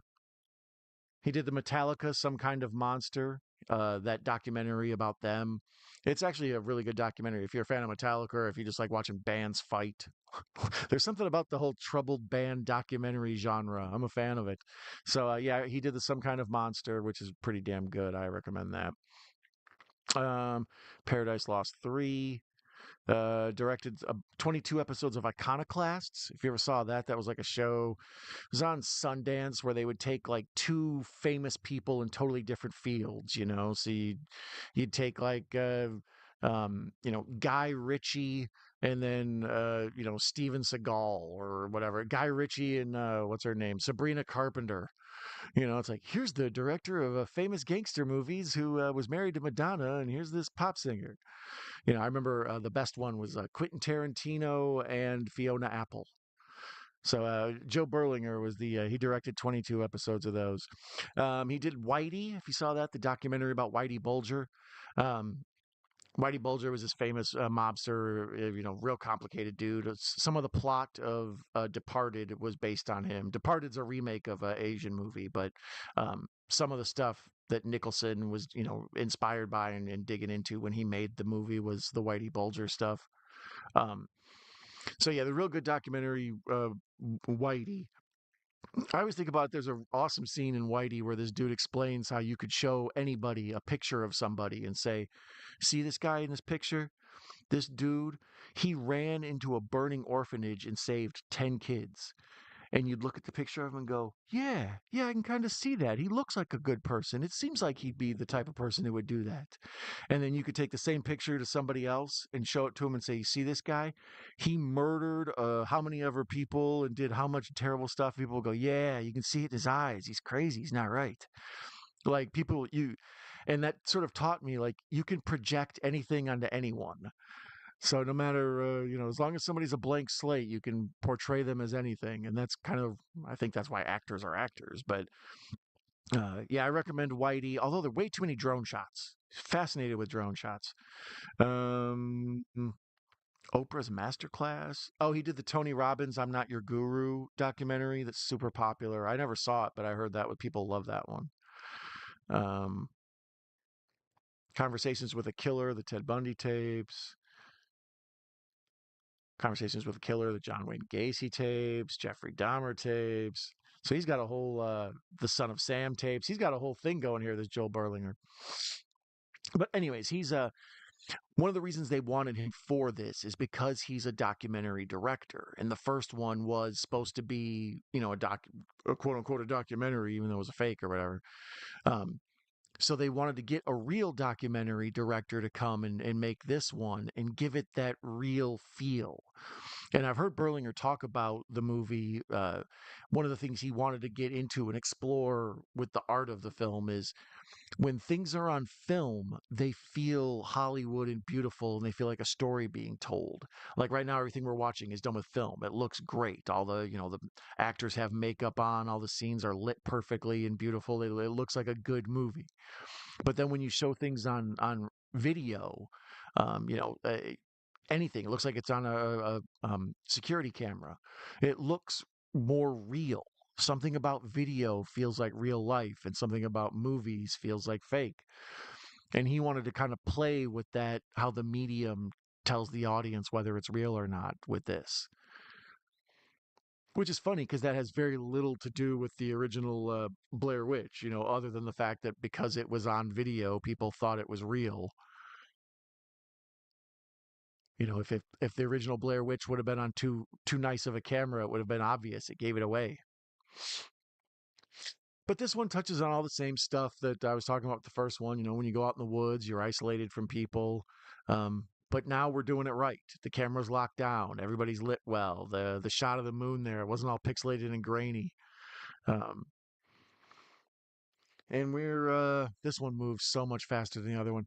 So now we're 15 minutes in, and here's like the first catalyst of the movie. Like these folks out here on this Blair Witch tour. They're at the foundation of that house where they found the guy in the last one. He was standing in the basement like I was in the corner over there a minute ago.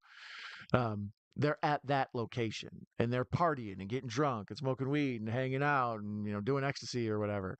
So sorry, Molly. Yeah, old timer, my bad. um and then they're out here getting all faded in the woods. So then when they pass out and a bunch of stuff happens and they wake up the next day and have to try to piece together what happened when they blacked out, and they look at the cameras and they see like crazy, sex S&M witchcraft stuff, and it's like, we were doing that. It's very Event Horizon. Like, it's one of the things I love about Event Horizon. It's like this almost plain Jane Battlestar Galactica sci-fi movie, a little bit of aliens in there. And then when they see the old footage of the crew before them, that's when the movie gets scary. Liberate me. All right, let me get caught up here. Mm. I'm so sorry, Don. I can't ever watch Skinamarink again. It literally makes me angry. Yeah, that's why I kind of wanted to watch it with you. I was hoping somebody would be more angry than I would. Skinamarink was a song on the children's show TV's ago. I had a feeling you were going to bring that up, Russell. Don't like FF films, to be honest. Found footage, yeah. It's a genre. It's one of the only genres people have a negative feeling about. Like, musicals are the only other one I would think. Because in general, people are like, well, I don't like kung fu movies, but I accept that other people do. Or I don't like kaiju movies, but I accept other people do. Or like me, I'm not a big romantic comedy guy, but it's like, well, yeah, there's a huge audience for that. The whole Hallmark Channel is based on that. So it's like you kind of understand, no, there's a whole market for this. That's why it exists. It's just not my thing. Um, but found footage, kind of universally, very few people want to, be like, oh, I love a good found footage movie. Um, I like anything where somebody does something with nothing. I've liked that all along. I've liked that with Hitchcock or whatever. Like, basically, with an iPhone and the stuff that you can buy off Amazon, you can make every movie Alfred Hitchcock made. You can figure out how to do it on your own. He had no CGI, he had no AI, he had no heavy duty latex special effects or any other stuff that you probably don't think you could accomplish. It's just people talking and a story being told, and things being edited in a way where the story feels exciting and tension builds. And you can do all that with your phone and your computer, but nobody does because it's harder than it looks. So, the idea of a found footage movie, it's brilliant unto itself, but at the same time, it people know it's a beginning filmmaker's trick. You can get away with sucking because it's like, oh no, it's found footage. Of course, everything's blurry. It's supposed to be, you don't have time to set up and focus. You just blame the whole movie being terrible on found footage. So now the other tour group shows up. And it's a real Shaun of the Dead moment here. It's like, here's our group, and then here's your group, and our group kind of looks like your group. So the other tour group shows up to camp out at the campsite of where Mike was found in the basement against the wall. And they're arguing and fighting, and that's one of the things they blame it on later on when they have this blackout scene and they wake up and they don't know what happened. They're like, maybe that other tour group did this to us. And this dude is totally the lead singer of Nickelback. Shout out to Avril Lavigne. He wants to be a rock star. I thought Blair Witch was real because kids in middle school were talking about someone they knew who actually went there and disappeared, and the fake site made me believe it was real found footage. That's yes, the taking the mockumentary serious. I don't know. Is this a mockumentary, a faux-umentary? What's the word where it's fake but they're taking it seriously? Um, that type of documentary style really adds to the believability. I mentioned Faces of Death is a type of movie like that before when I was a kid. I remember folks just like kids on the playground telling each other, no, that's a haunted movie. Like it'll make your VCR possessed, and then the next movie you watch, you'll get haunted. If you do a Ouija board while you watch Faces of Death, forget it. Everybody in your house is just, straight possessed. It's going to turn into Evil Dead in that bitch, Night of the Demons. In reality, Sub just moved away, and others made up obvious rumors to make drama and just talk. Right? That's look at like the what's it called, the Slender Man thing, and that whole situation. That was a Wisconsin deal. The way that spiraled out of control into murders, like real life murders, and just these legends that children believe. Like the kids at my son's school, they didn't do class pictures this year for whatever reason. I don't know why. So my son said that he heard someone told him in his class it was because they don't do class pictures anymore because of the Epstein files. And I was like, do you even know what that is, dude? I'm not trying to explain it. Go to your room. Go running around with a camera in a swamp. That's, well, when I was talking about me in Wisconsin earlier, just traipsing around, now that I'm down here in Florida, I can't do it here. Like up there in the woods, in the cold, in the dark, like I have no problem going to a cemetery at night and walking around. None of that scares me. That doesn't bother me because there's very low chance of being attacked by a bear or a wolf. The only real animal that might mess you up out there is like a coyote. So otherwise you're pretty much just out there looking for Bigfoot, hoping you don't step in a hole and break your ankle and no one can find you before you bleed out or whatever. Like how I get over dramatic. But the thought of doing all that in Florida and going to swamps where there's like, alligators and snakes and mosquitoes and my allergies, all of it, it sounds terrible. I'm already getting itchy. Because there's all sorts of cool cryptids in the swamps, but I just don't have the guts to go there. Muddy Witch, I know her. This was a time before social media or mainstream cell phones. Yeah, that was another big thing. I had mentioned it was at the start of the internet when that first one, and really this one too, blew up like it did. And that helped it because it was just enough where people felt like they were finally getting the real truth, like conspiracies and things you didn't know about were like finally being revealed to you. And of course, the first one's a hoax, right? Um, and there was no real way to check it. Nobody was doing debunking the Blair Witch sites. And if they did, the way the internet worked, it was like impossible to find them. Google wasn't like it was back then and stuff. So here we see a bunch of middle of the night murders. There's an owl. Shout out to the owl. 2:30 in the morning here in Tampa, and it is 22 minutes, 23 minutes into the movie. We've already had probably 5 times as much violence and slightly more adult themes than the other movie has had, the entire movie. I don't get this lady's motivation though. Is that Erica Learson playing Erica Grierson? Um, or is that Schuyler playing Tristan Ryler? Um, yeah, her character is pretty much just like she's the one. I think she loses the baby, and she has the dream that she goes out to the river. Yeah, here's where she has the dream where she's in the river and the turns bloody and everything. Yeah, right there. That's so much more traditional horror movie stuff than the entire whole thing of the Blair Witch. And I know that's the deal with Blair Witch. It's for folks who have different sensibilities will champion that movie. people who will tell you the best vampire movie ever made is the Bela Lugosi Dracula. You know, if you got old timey sensibilities and you like that pacing and style and stuff, it's like awesome. But more modern audiences, a movie like the Blair Witch, yeah, it was a bit lacking as far as in storytelling. Cannibal Holocaust found footage was great. Yeah, I mentioned that one as one of the better found footage of all time. Um, I'm sure there's others that I'm missing because a really good found footage, I find that they blend in. Like when I first start watching them, I'm like, ugh, found footage. And then after about like 10 minutes, the found footageness kind of moves away. You know, so many movies, like I mentioned, the Born Identity, where they go to handheld for action scenes. So much handheld gets used in modern era than it did in previous era. You know, shaky cam is sort of a thing you learn to accept. There's some bricks on the wall behind these two people arguing and had some letters on it, a D and an X. Um, I mentioned that the first movie, the big thing about it was really utilized the internet as we were talking about. Well, this one uh, really utilized DVD special features. It didn't do well at the box office, but it did pretty well on home media. And the cult audience that it has built over the years is from people who've watched it at home.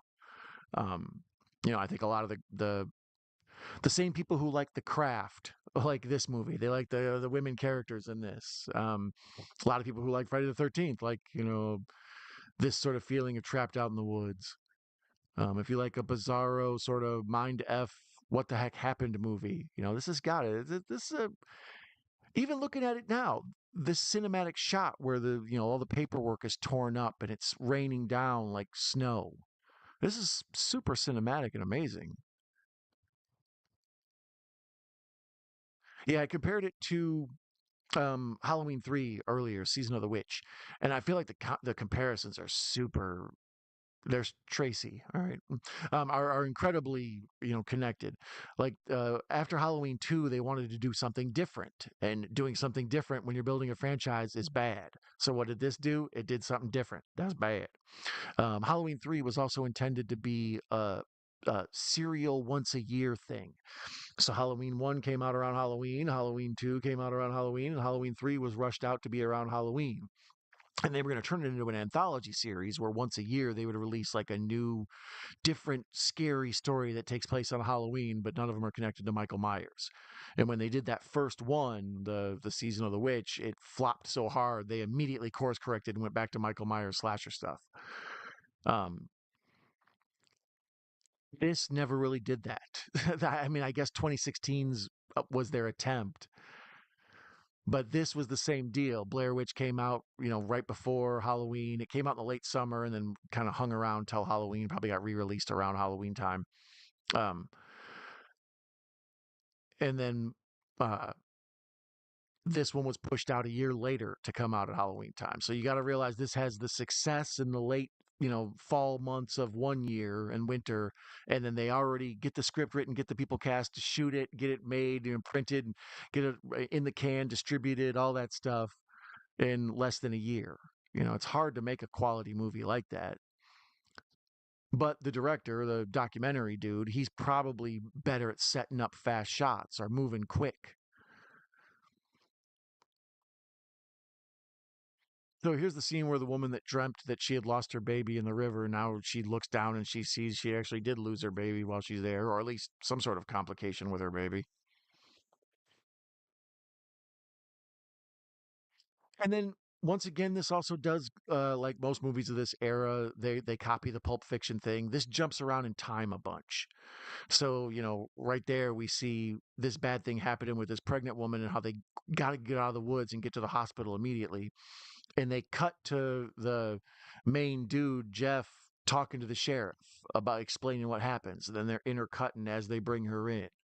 So they jump around in time a lot to keep it moving. Like I said, that's sort of the era after Tarantino took hold. Everything did. Sometimes you get winners like Memento and Go, and other times you get crap movies that make no sense. My man right here, he's a classic horror movie guy. What the hell is his name? Lanny Flaherty. He's Sheriff Graves. As soon as he turns up, you're like, oh, one of those that guys. I love this dude. So yeah, shout out to Lanny Flaherty. Um, and of course, the collection of goth women who are brought on this trip. I think that's another reason a lot of folks like this. Where's Professor Macabro? I bet he loves this movie. This seems like something that would totally be up his alley. Um, the collection of sort of spiritualists, I'll call them. Lots of crystal owners in this movie. And then once again, she's in the hospital. The nurse is straight out of the 1950s. Real surreal, almost kind of David Lynch stuff. Creepy. Does the Rise of Leslie Vernon count as found footage? That one is okay, but I'm not a fan of found footage in general. Yeah, I dig Leslie Vernon. That one falls into mockumentary, right? Like that's what I mean. I don't know about those with the documentaries that are comedy, but as far as found footage goes, um, yeah, I don't know. Is that one found footage or is that documentary style? Because do they say that they found the movie after some sort of tragedy has happened, or do they say that it was a documentary they were making of it? Anyways, I don't know. Because there's a distinction there, right? One is supposed to be told as if you're learning about a news story, and the other one is, oh wow, these people went on this crazy thing, and then we found this later that revealed. So here, old buddy takes the people who were on his trip with him back to his place, and he lives in this like huge old brick factory, as old Jericho Mills. What did it used to be? It was an old factory after the Civil War. They were going to tear it down. And I bought it for $1. Um, so yeah, he lives in this old like condemned giant factory on the river. People in movies always find houses like this. It's like Daredevil, the apartment he lives in, old girl in Flashdance. It's like how you guys keep finding these giant studio, big brick buildings that aren't so freezing or burning up that you die in there. Shouldn't there be a bunch of rats in your home? All right, enough of me complaining about real estate. Maybe Kevin James is the next Fred Flintstone. Oh, I would definitely that writes itself, right? Just like John Goodman being the first one. Clerks, I'm not even supposed to be here today. I'm not even supposed to be here today. Love Behind the Mask. Yeah, Behind the Mask is fun. I recommend that, the Leslie Vernon one. If you're a fan of horror and you like, a good horror comedy, I recommend it. Do that with a double feature of Tucker and Dale. Don, you silly goose. You never stay in the corner that long when I tell you to go stand in the corner. Nobody puts baby in the corner. Um, Jack Black is Fred Flintstone. That's pretty good. Although Jack Black kind of needs to be in singing roles. I don't think Fred sings, right? Well, he was oh boy, what's his name? Here's a couple of different singing characters Fred Flintstone was, but I can't remember him. Hi Fi, was that his name? I'm effectively freaked out. Good one. I just thought if they had to stand in the corner in 2026, they would definitely pull out their smartphones and doom scroll until the witch called them because their office for a sacrifice or whatever. Yeah, if you notice, I had to kind of look at my phone to see if the movie was over because I didn't know how long I was standing there for. So I sort of gave myself away. Have you been to Busch Gardens? No. My son's girlfriend, her parents apparently have free passes year round or something like that. So we've been invited to go to Busch Gardens. Um, Mrs. Night Owl grew up down here, so she's been several times. I've never been. It's weird. It's literally like 3 blocks away, a mile away. Still haven't been to Hulk Hogan's surf shop either. I have to pee. See you in an hour, right? Hello. Hey, Mr. Bones. Nice to see you here. Uh, oh, I love rom-com Fool's Gold. You like that one? I don't, is which one's Fool's Gold? Is that Matthew McConaughey? Who's in Fool's Gold? Oh no, that's what's her name? Kate Hudson, right? Is that Fool's Gold? Hey, there's Bones. Hey, Samuel folks saying hi to Bones. We love Bones here on this channel. I want Kieran Culkin as Barney Rubble. Who would I have as Barney Rubble? Um, Michael Sarah. No, he's too old now. Um, the kid who plays Toothless on Stranger Things. People just don't understand Book of Shadows. It was meta before meta was a thing. Yeah, I mean, there's a whole wave of movies like this that come out after this. Like, this is part of the Scream wave, in my opinion, where you get a young, good looking cast, you tell sort of a creepy horror story. It looks Hollywood instead of cheap and indie.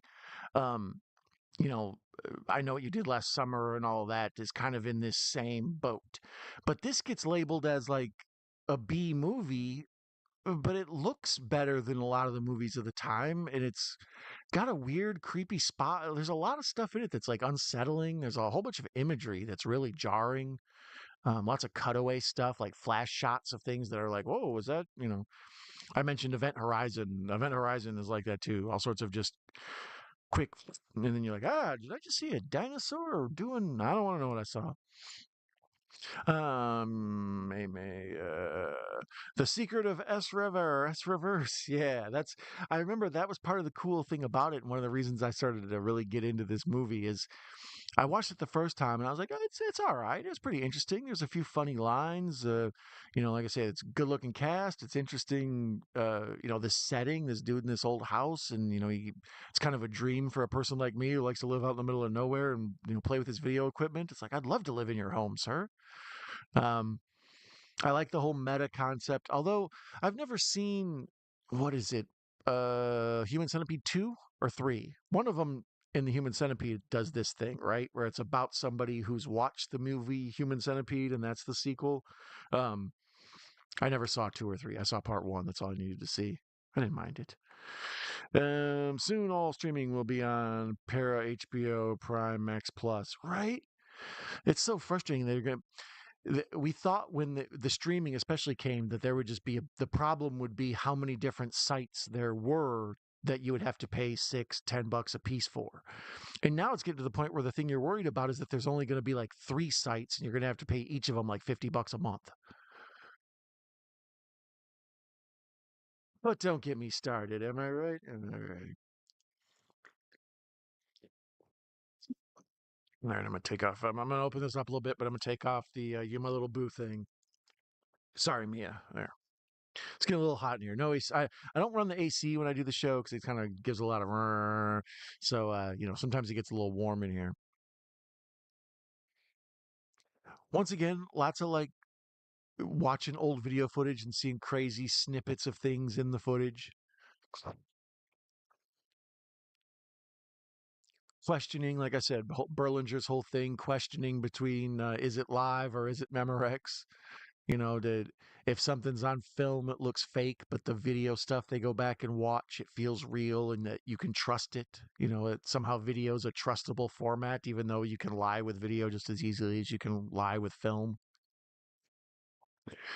Favorite scene in this? I like the woods orgy thing. I like this stuff here. Once they get into his house, although absurd, right? The whole thing is supposed to be the Blair Witch Project, and they're supposed to be out in the woods. We spend the first half hour of the movie out in the woods, and then after that we're in this dude's big like factory mansion thing he lives in.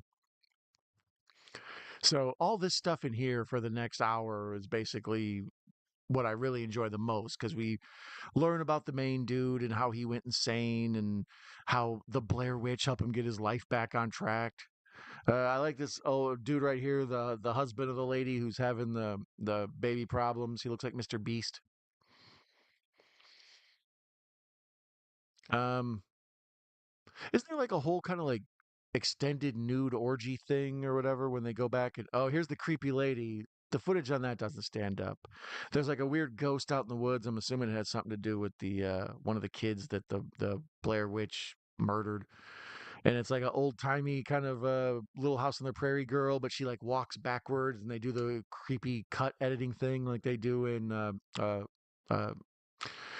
House on Haunted Hill, the remake, the Tay Diggs one I mentioned earlier. Joe Pesci is Barney Rubble. Hey, forget about it. You got talk a lot of crap, Fred.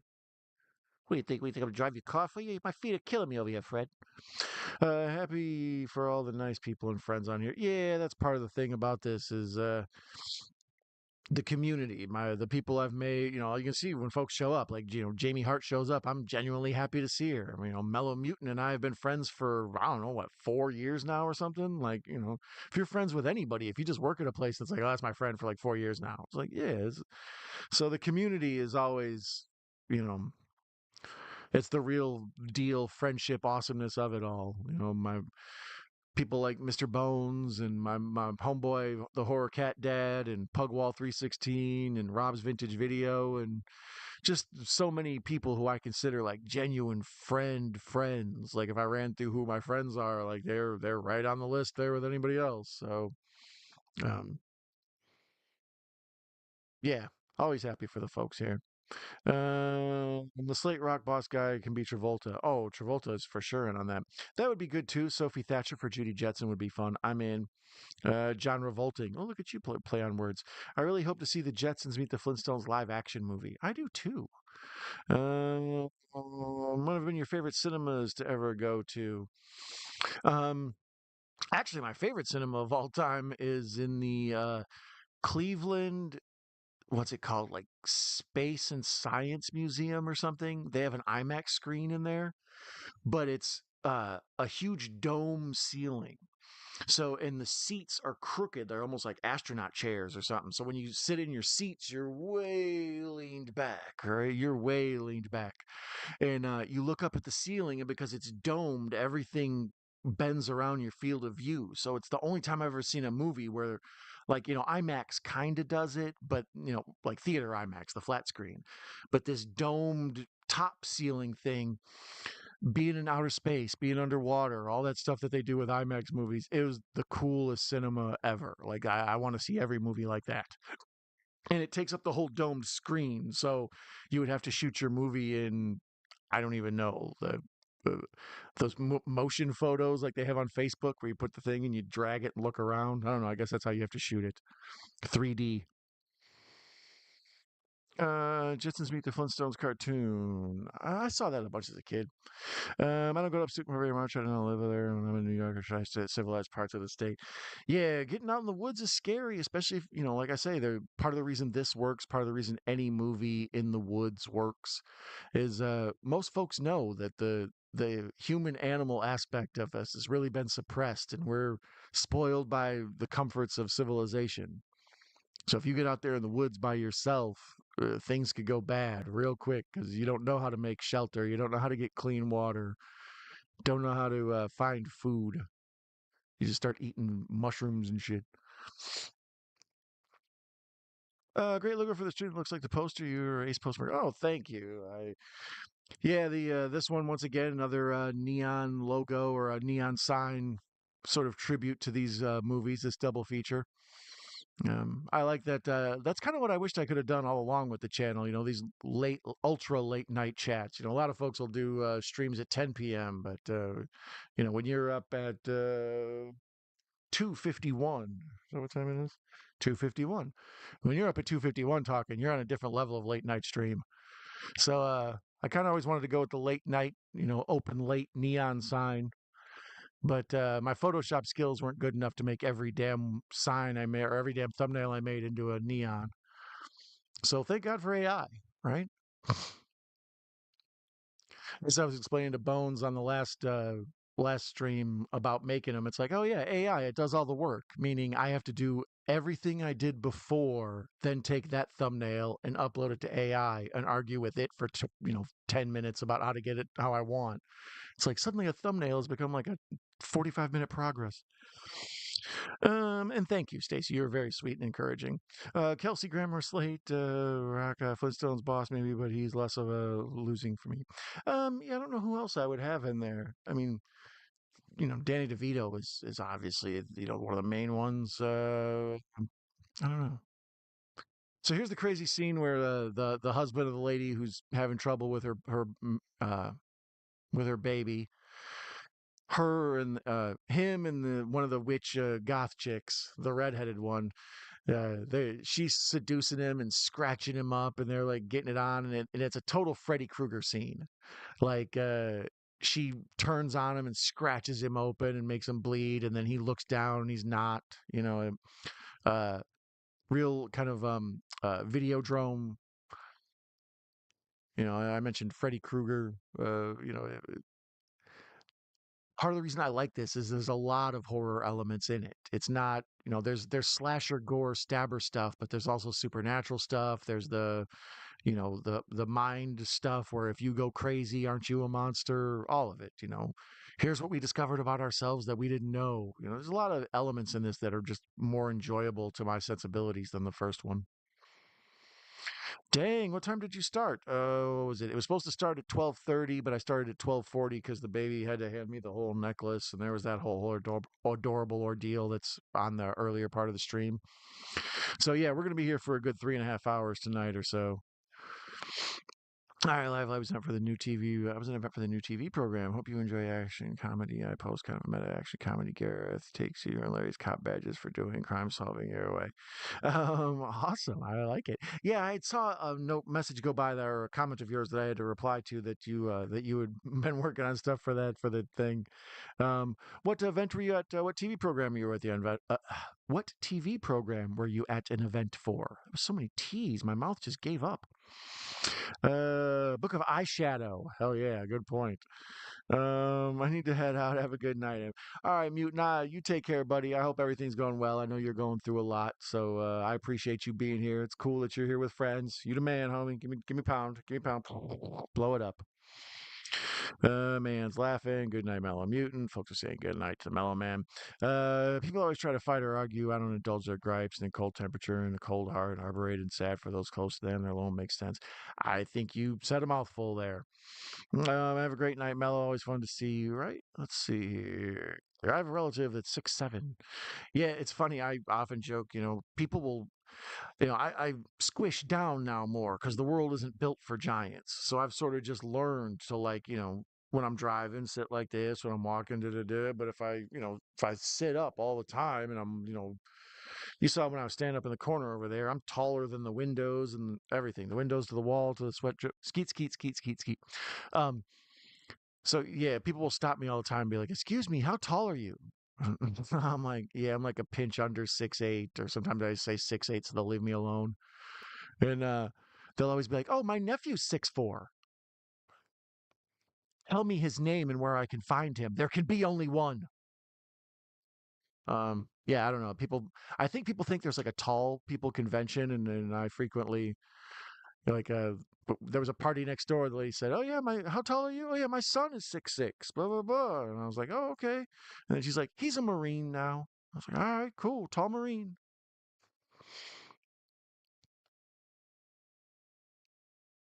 So now she's gone back to the Friday the 13th Part 3 convenience store. And of course, the local yokels are hollering at her, "Hey, Elvira, can you suck the blood out of my?" And then she, roughs him up.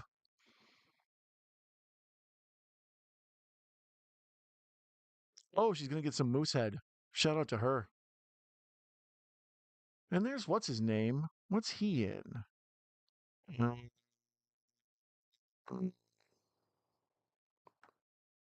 Old buddy's in a bunch of stuff. I can't think of his name. Uh,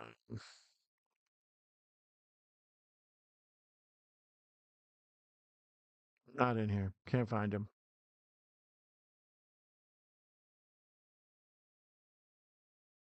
I like how Kurt Loder gets a credit for this. Hmm. So Tristan is the one with the miscarriage issue or whatever. Tristan is Tristine. Let me see here. Very busy with new program and been in the New Mexico, then in Japan next month. Before that, helping up to set up this massive toy train set and build recreations of various movie locations. It's a blast. It sounds awesome. I'm incredibly jealous. You need to vlog all that and put it on your channel. Time to act like a baby and head out. Enjoy the rest of the stream. Thank you, Russell. I appreciate you, buddy. It's nice of you to stop by. It's damn near 3 in the morning here. It is 2:57 a.m. on the East Coast. So here, old goth girls fighting about buying beer. As I mentioned, the movie starts off. They go on the tour. They go in the woods. They kind of have a blackout session. They're sort of regrouping. To regroup, they go stay at the dude who runs the tour's house. Well, his big factory mansion, awesome set.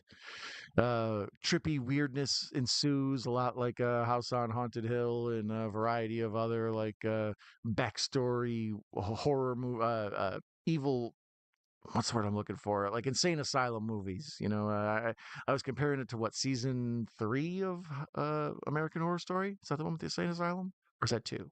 It's a three, right? Three, four, season four. I don't know.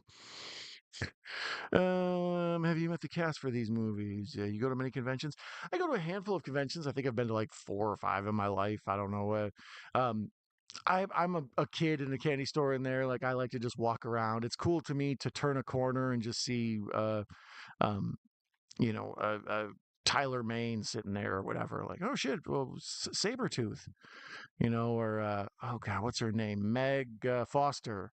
I remember seeing Meg Foster's eyes for the first time in person. I was like, oh, they're even crazier than I thought they would be. Meg Foster's got some guns. I would like to point that out. If any of you have seen Meg Foster live, she is ripped. Meg Foster could easily curl more than I could. Ben Grimm is here. I remember seeing this in theaters as a kid. The theater was packed and but people excited throwing them in movie from the shaky cam, though. Yeah, part one, that was the problem with it. I went to Japan and love it. Don, you must make an appearance in this movie. I want to. I like that movie. Makes sense in that they have hold on cameras the whole time because they need lights. Yeah, I mean, Clarkness is here. Welcome, Clarkness. Glad to have you here, my friend. Yeah, the using the cameras as flashlights thing, that does help. Blair Witch 2 had a great soundtrack. The DVD had the CD soundtrack. And I forgot about that. That was part of the whole box set package of this movie. Like I said, the DVD was more memorable than the theatrical release. Um, the theatrical release, I remember a bunch of my friends wanted to go, hey, let's go see some movie on, Halloween because they wanted to have this out by Halloween. And I remember one dude being like, "Yeah, Blair Witch 2 on Halloween, that's gonna be awesome." And then I don't know, somebody's got into a fight with their girlfriend, and we all ended up staying home, or however it happens.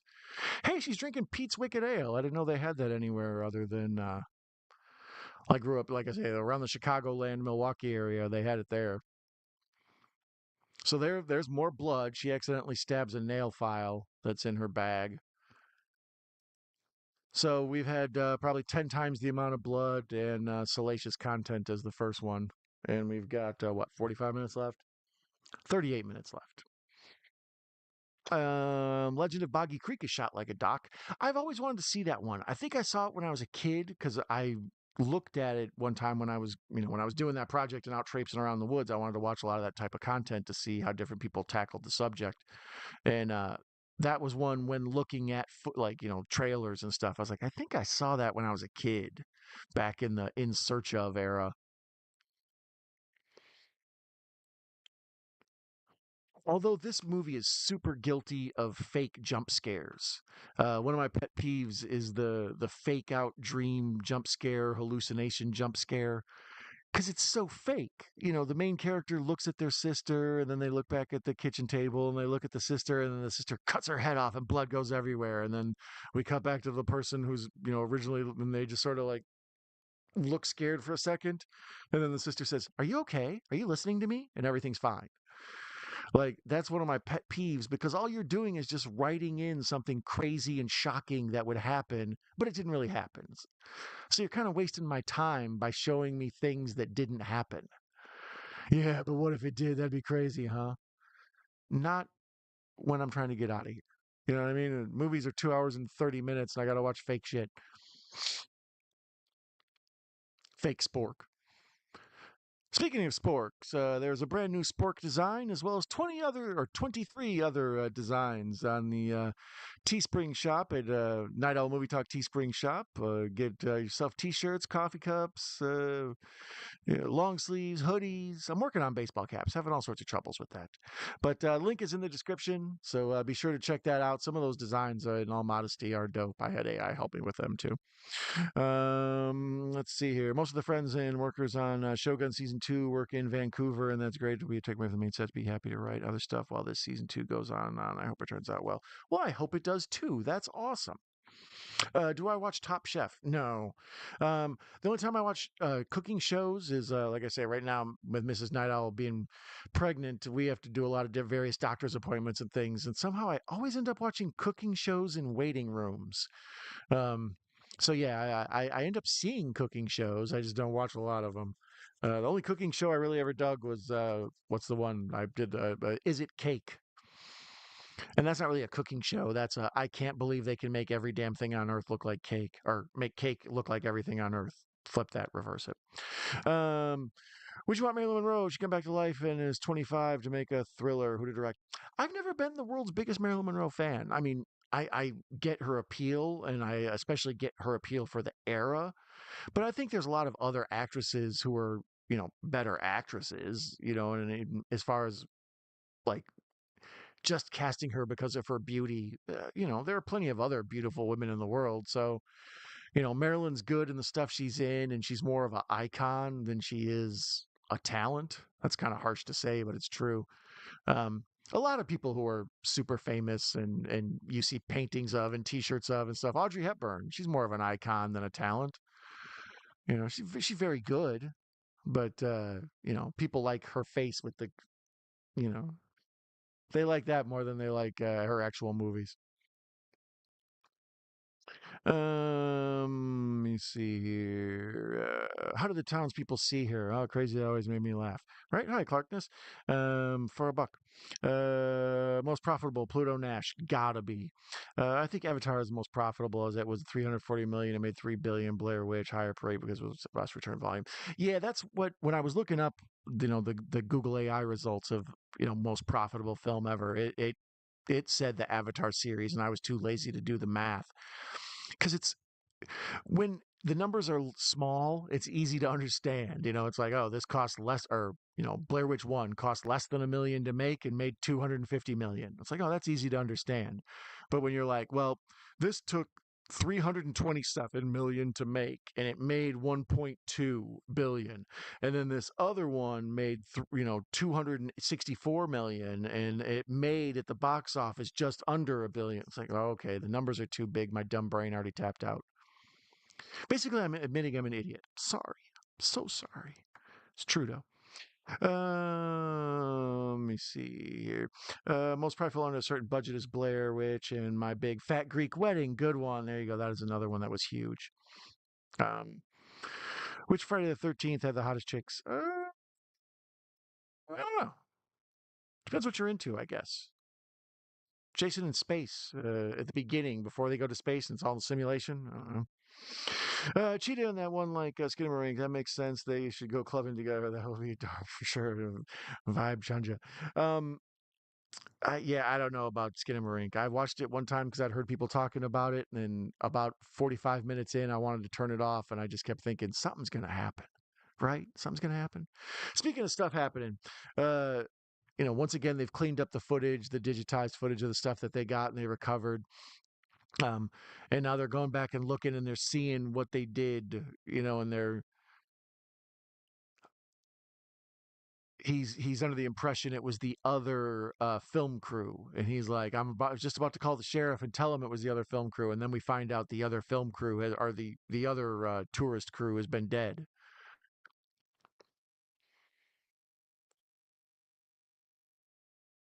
Lots of Dutch angle. That's a well staged shot. This is just such a better made movie. The originality is questionable compared to Blair Witch. I would say Blair Witch Project is probably more original, even though, like I said, it's not really original when you compare it to Cannibal Holocaust and some of the other things that went before it that followed, all the same stuff. But this yeah, it's more of a like I have a friend who calls them mind f movies, mind spork movies. Like they're intended to mess with you, show you one thing, pull it away, show you another thing, then show the person who's the star what they were really doing at a certain time. Get you confused. And this movie does a good job of that, mixed in with lots of horror and gore. Not much Clarkness, thanks to Stacey. If you saw Bigfoot dressed like Mr. Rogers, what would be quite a find? I would love it. Newey, Melody, Hickson, and Mike, like the one that's about the making of the Jagged Little Pill album, a rom com, set back in the Proud of the Makers. Really? About Alanis Morissette? Huh, interesting. Also, Tourette's movie was amazing. Happy to see. You told me to see that one. I will check out the Tourette's movie. I swear. Um, I'm still here watching the movie. Oh, good. You're watching part two with me? Um, yeah, this one's a wild one. I like it. The characters are good. The story's good. It moves fast. Although, this whole stuff, like I say, it's supposed to be a movie about people in the woods, and within a half hour, these folks are already into a closed set, a stage. Ninja's still here, just not watching the movie. Good one. Same here. Enjoy this one too. I'm here for the ambiance, and we love you here, Jinja. It's the big ninja. Uh, Here for the vibes. Watching and rewind some of the parts of the hidden words and messages brings back memories from the DV first year. Very rewatchable for sure. Yeah, it, it's got like especially after watching part one before it. It's such a. I keep going back to it. Looks good because the first one, the whole problem with it is just such a poorly made movie by design. Like it's got an excuse to be poorly made, and then everybody else was like, "Holy crap, that sucked!" and it made a bunch of money. Let's make a movie too. Um, the acting in Blair Witch is underrated. I've thought about that more this time. But this one, the acting, like even right now, old boy Jeff is doing, he's chewing up the scenery, chewing out old girl. Everybody looks on the edge. They all look overtired. They got crazy eyes. I don't know. I think this is like I say, if you like the craft, you might enjoy Blair Witch Book of Shadows. I find one on set. I already worked as a programmer a little while and start writing new ones. It's great. Also meet other creators with ideas and they motivate. Visited Antietam Civil and Maryland sites, and those seemed haunted. Definitely didn't film there. Crazy gray blue soldier ghosts as well. Yeah, in Wisconsin, there's all sorts of like turn of the century graves. People from 18 who died in 1865 or whatever, and then on their tombstone it will say like Civil War soldier or whatever. Cole Trickle, I want to Days of Thunder Legacy Quill and make it sure. I'm surprised they haven't made that. What's his name? Glenn, whatever, who's in all the damn movies now. the guy who was in Running Man. You know, the dude from Top Gun Maverick. Him. Why hasn't he been in a Days of Thunder remake? It seems like it just makes sense. Clarkness says he hates dream sequences. Such a lame technique. Yeah, I hate it. I hate it actually more than the cat jumping out of the closet jump scare. Hello, is someone there? Who's in the closet? The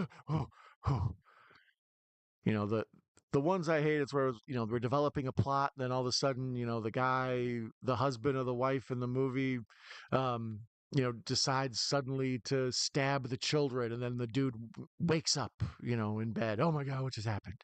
It's like, so you just showed me a scary thing that means nothing, just to let me know our main character's troubled.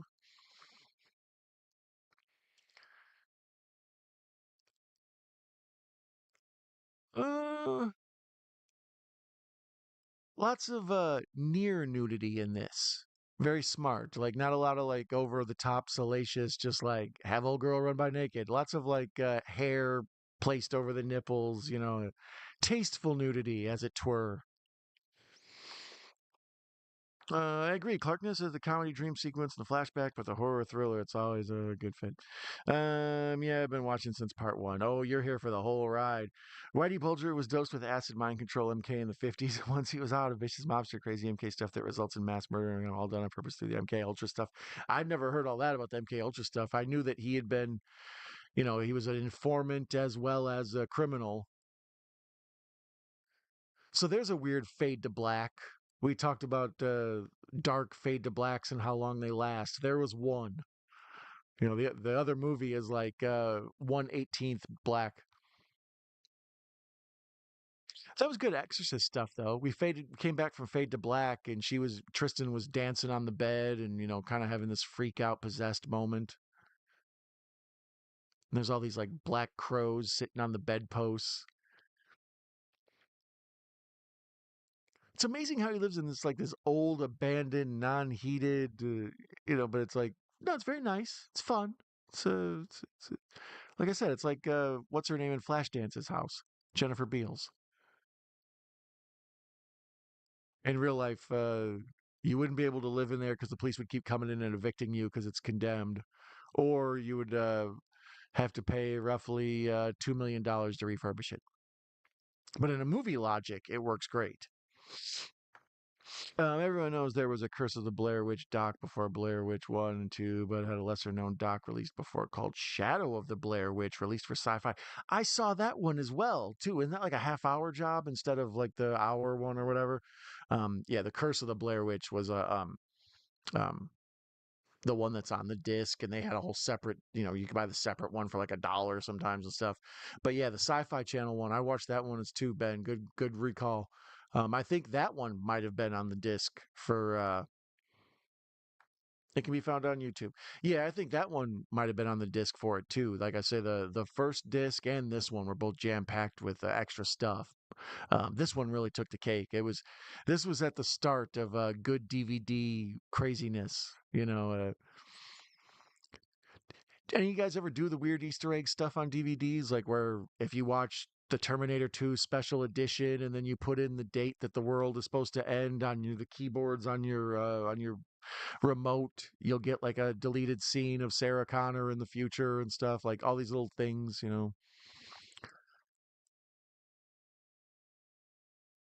This one, for those of you who don't know, when we were talking about it, there's been some in the chat. There's a whole running thing with words hidden throughout and they're backwards. So you'll see a lot of gibberish letters on things, and there's a lot of, trying to find the secret codes in the movie. It's like Christmas Story. Be sure to drink your Ovaltine. Once again, another jump in time. We're back at the factory, but now we're back in the police station after the stuff at the factory. Once again, that shot right there of him opening up a folder and looking at his police file is a better looking shot than every single thing that happened in the entire whole movie of Blair Witch. And it's just an insert. Originality on this, nowhere near Blair Witch, but um, or as far as like cultural impact originality, I should say. But the comparisons to Season of the Witch, Halloween 3, real similar to me. This has found the cult audience after getting killed by the critics and in the theater. There's plenty of folks who later on went back and watched this and they were like, I like it. People are too hard on it. I think the reason it probably isn't a 2 on IMDb is that so many folks who enjoy it on home video have gone back in and hyped it up.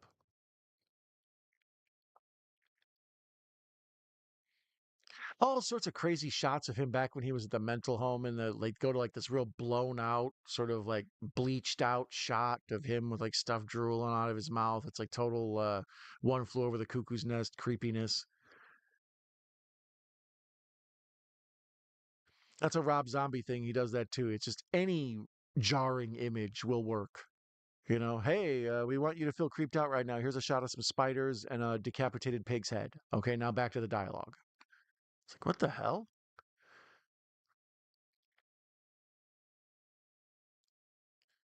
So there's the scene where he's getting ready. He opens the door to leave his factory or whatever, and there's a weird bridge to get to it. Like you have to walk across kind of like a catwalk to get across a little ravine to go to the factory he lives in, the paper mill, whatever it is. And then there's all these big dogs outside when he opens the door, and then he closes the door and comes back, and they're gone. And as I recall, what we get like sexy lady thing, or was the sexy lady just the first time? Jeff, what are you doing with the shotgun? His name is Jeff.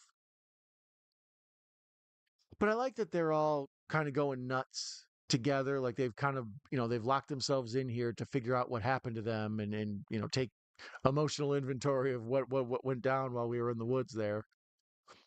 And they all sort of slowly go crazy. Oh boy, there's what's her name? Erica Learson as Erica Grierson. She died. So we're the murders haven't been plentiful, other than whatever happened at the crazy blackout orgy. But the tension, the gore, the excitement, the such a more modern audience movie. I mean, for goodness sakes, Kurt Loder was in it. That alone, right? Carter Burwell, underrated. What's your favorite horror movie score? I put this one top 30. They were kind of doing a real subtle underscore. Yeah, I mean, horror, like anything, is really aided by a good score. Um, the orchestral music or whatever you want to call it that plays under things and moves the story along. Ben Grimm had mentioned that this had a good soundtrack, or at least of the era in the '90s. Everything had to have a soundtrack, so this did too.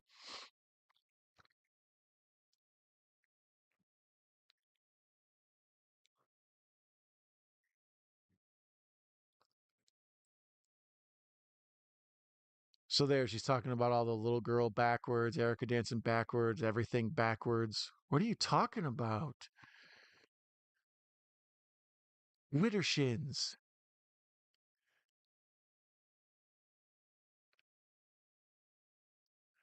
So yeah, they're explaining the whole thing with backwards words and going in reverse because obviously this is a thing about VCRs and VHS and moving back and forth, rewinding and all that.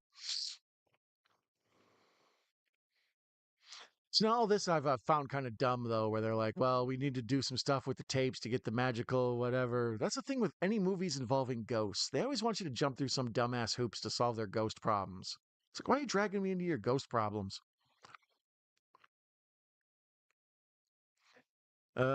Tank Drank. They're like, what the fuck? Yeah, that's the make a movie where they live on Mars and are haunted by dead astronauts. And then they Tank Drank. And they're like, what the fuck? Well, wait a minute. Isn't that one? Make a movie where Mars and they're haunted by dead astronauts. Isn't that kind of Ghosts of Mars? Ghosts of Mars. They're haunted by what? People who were prisoners, but then there's also people guarding them. Is that what it was? This So now here we get our first good look at the footage, the restored footage from the blackout that happened earlier in the movie, and we see it's like a straight orgy. Everybody's getting naked and filming each other, and there's fires, and they're cutting each other, and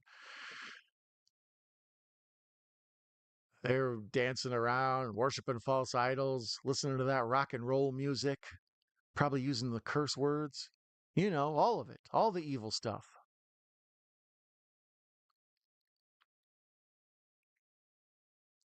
So now they're rewinding, trying to catch back up because that's the whole thing, the secret of S or whatever, reverse and reverse.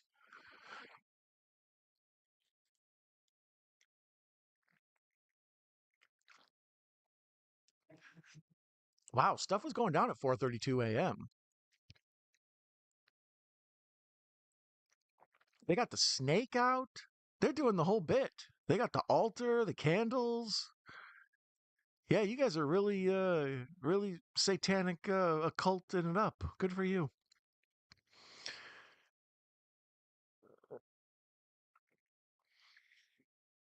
And just lots of like violent scenes and quick cut imagery. This is all done on VHS, so it's got the video look instead of the pretty film before. Like I mentioned, the how nice everything looks. Now that we're looking at it on camera, it's all like got digital artifacts and the pictures are sort of whatever. But that's what I think Berlinger was getting at with this, that the video feels like a real format as opposed to film, which feels like a staged format. So it must have happened all this because it's on video.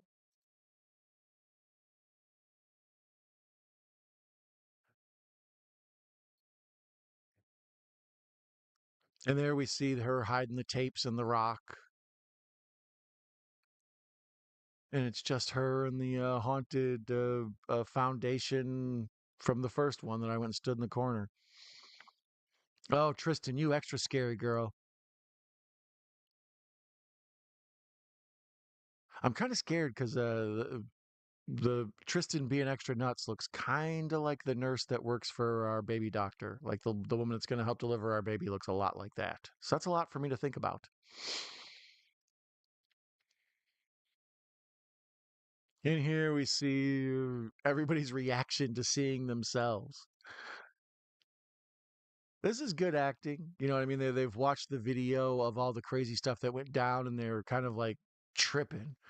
One time I remember in college, uh, dude, one of my roommates got a video from a friend of his that a guy in his house had took. So I actually saw it. This isn't like, oh, a friend of a friend said. Like I actually saw it. It was just a convoluted way we ended up getting the video. And one dude was drunk and passed out, and one of his uh, drunken roommates went over and took a pistol and put it by his head. And I remember feeling like sick to my stomach watching it. Like I have no idea if that gun was loaded. I have no idea nothing. It's just that there's a dude loose in the world who'd be willing to put a gun to your head while you were asleep and drunk.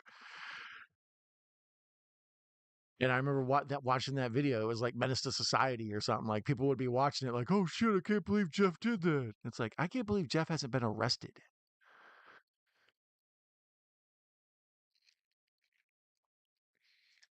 So now the wheels are completely coming off all these folks. They realize that they're up to awfulness. We've had the miscarriage, we've had the sex orgy, we've got ghosts, we've got barking dogs, and she's pretty much possessed. Now this movie is kind of turns and it becomes sort of Night of the Demons. You know, we started off with the people in the woods traipsing around the early first act of a Friday the 13th, and then the second, the middle part of the second act is them in this warehouse doing this whole kind of house on haunted hill business. Now we're diving into the complexities of is it live or is it Memorex? And now we're gonna fade into kind of this Night of the Demons. And then we're going to have the whole jumbled up. Oh my God, what happened? Oh, I can't believe it was so and so. But I like it. It twists, it turns, it moves. Everybody in it does a good job. This set's pretty cool. I was a filmmaker around this time, so playing with even one of the cameras he has, I recognize. Like I had that same camera. Winston Duke for Barney Rubble. Uh, sure. I enjoy American movie. That was in Wisconsin, I think. Yeah, I love American movie. That's one we're gonna have to watch here on the channel. Um, on my list of, I have a whole bunch of playlists on the channel. I've made a bunch of them, and I use the CGI to make cool thumbnails for them and everything. There's a Mark Borchardt playlist there. I find him to be an endlessly fascinating guy. For those of you who haven't seen American Movie, it's a really inspirational documentary about a guy trying to make a horror movie. And it's just fun, quirky character study kind of thing. Yeah, all this with the pretty goth ladies arguing, this real feels like The Craft minus enough witchcraft stuff. Whole lot of mascara. The way Stacy pointed out, the James Gunn movies have ridiculous hair gel budgets. This had a crazy mascara budget. Oh, no, look out. See, she's talking to you, but there's a rope around her neck. And then he accidentally pushes her and she falls down and hangs herself. So now we're at our second death. We're doing the chip away at the people here. And then there's crazy cutaway time footage to when the other tourist crew got murdered by naked women. There's something here for everybody. It's spooky, it's creepy, there's boobs, mascara. What do you need? Whenever I see her name, I think of when they make fun of Jamie Lloyd in Halloween 4 and they say her name jeeringly when she's dressed as a clown. Palazzo. Ron. Yeah, I like Jamie Lloyd. It's funny because, yeah, it's like, well, we needed Jamie Lee Curtis and we got Daniel Lloyd, or Daniel Harris. Sorry, I'm entranced by it's kind of a crap effect, her hanging there by the throat. Like you can see the harness with the neck thing. But the way they shoot it is pretty well done. And it's disturbing to see her swinging there like a pendulum.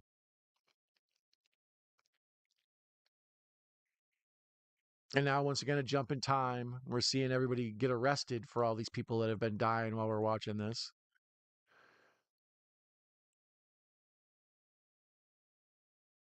Yeah, I agree. I believe it was Jamie who was talking about this movie being meta. It's a movie about the other movie, not connected to the other movie.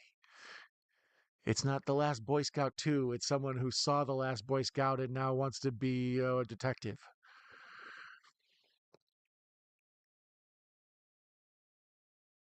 So now everybody's been arrested. So we're moving on to the basically the final wrap up. We were in the woods, then we spent the last however long in the paper mill, and now the last 11 minutes and 33 seconds we're uh we're at the police station, and then what, the mental home,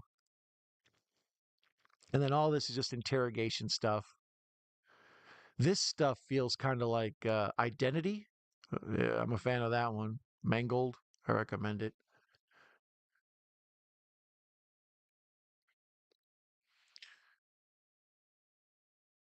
So here we see the police showing Jeff the murder victims from the other tourist group. And there's the whole thing about, like, do you trust video more than you trust your own memory? Like, here's video of you doing it. Do you trust it more than your own memory? And that's what I meant when I was talking earlier about Berlinger, wanting this movie to dabble with the reality of what we record, because anybody who's ever made movies or tried to even make little short films or anything realize how film lies. You know, uh, when the reality TV craze took over, I wasn't surprised because reality TV or whatever is the first thing I ever made. I took a camera to a party at a friend's house and just recorded a bunch of stuff and then cut out all the dumb things and put together all the funny moments and made it like a montage and set it to music, and boom. And then when people watched it, they're like, that's not really the way it happened. And I was like, yeah, I know. I took a scene from 2 hours earlier and put it there. So, you can manipulate footage to tell your own story in editing. And Berlinger was on that, which is, ahead of its time, because then the whole talk, or what do you call it, the whole reality TV thing really takes off around this time, the year 2000. That's when Survivor and all that other stuff becomes huge.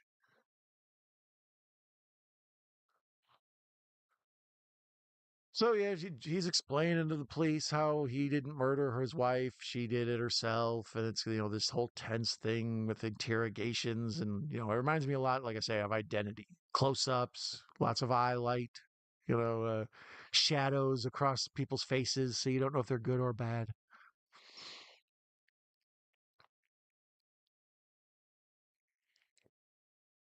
And then now they're taking him to court, and they have to walk across like the same kind of catwalk. So it makes you question, like, is this something going on in their mind? How much of this is delusion? That the recurring themes. How often do you have to walk across like a metal catwalk thing to go into a building? And the police station and the building they were trapped in is the same thing. It makes you think maybe these folks just went nuts out in the woods, and who knows what happened, or maybe thinking, losing time and then seeing what they did when they lost time and seeing that they were nuts for a little bit then drives them nuts or something.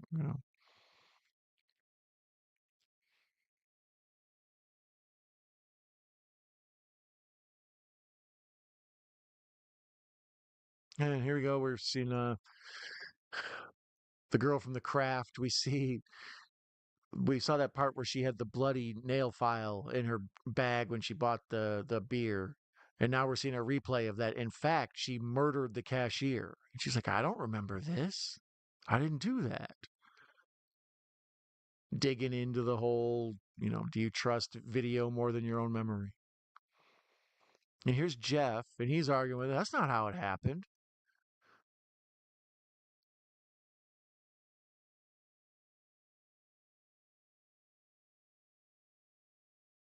Yeah, lots of tasteful nudity in this. Like, there's been a whole bunch of naked people, but everybody's pretty much got like underwear on or hair over the boobs, or like, every now and then you'll see like the side a dude's butt walk by. But for a movie that seems like it has a lot of nudity, very little nudity.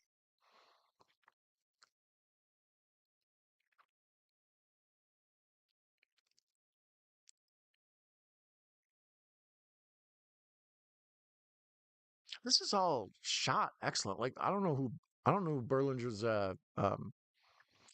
director of photography was, but yeah, that's fantastic. The way everything looks and the the setups, the color, the light, everything. It's just such a. After spending an hour and a half with the first Blair Witch, this movie just it continues to just look so pretty. It's like, oh, this is Gone with the Wind and shit.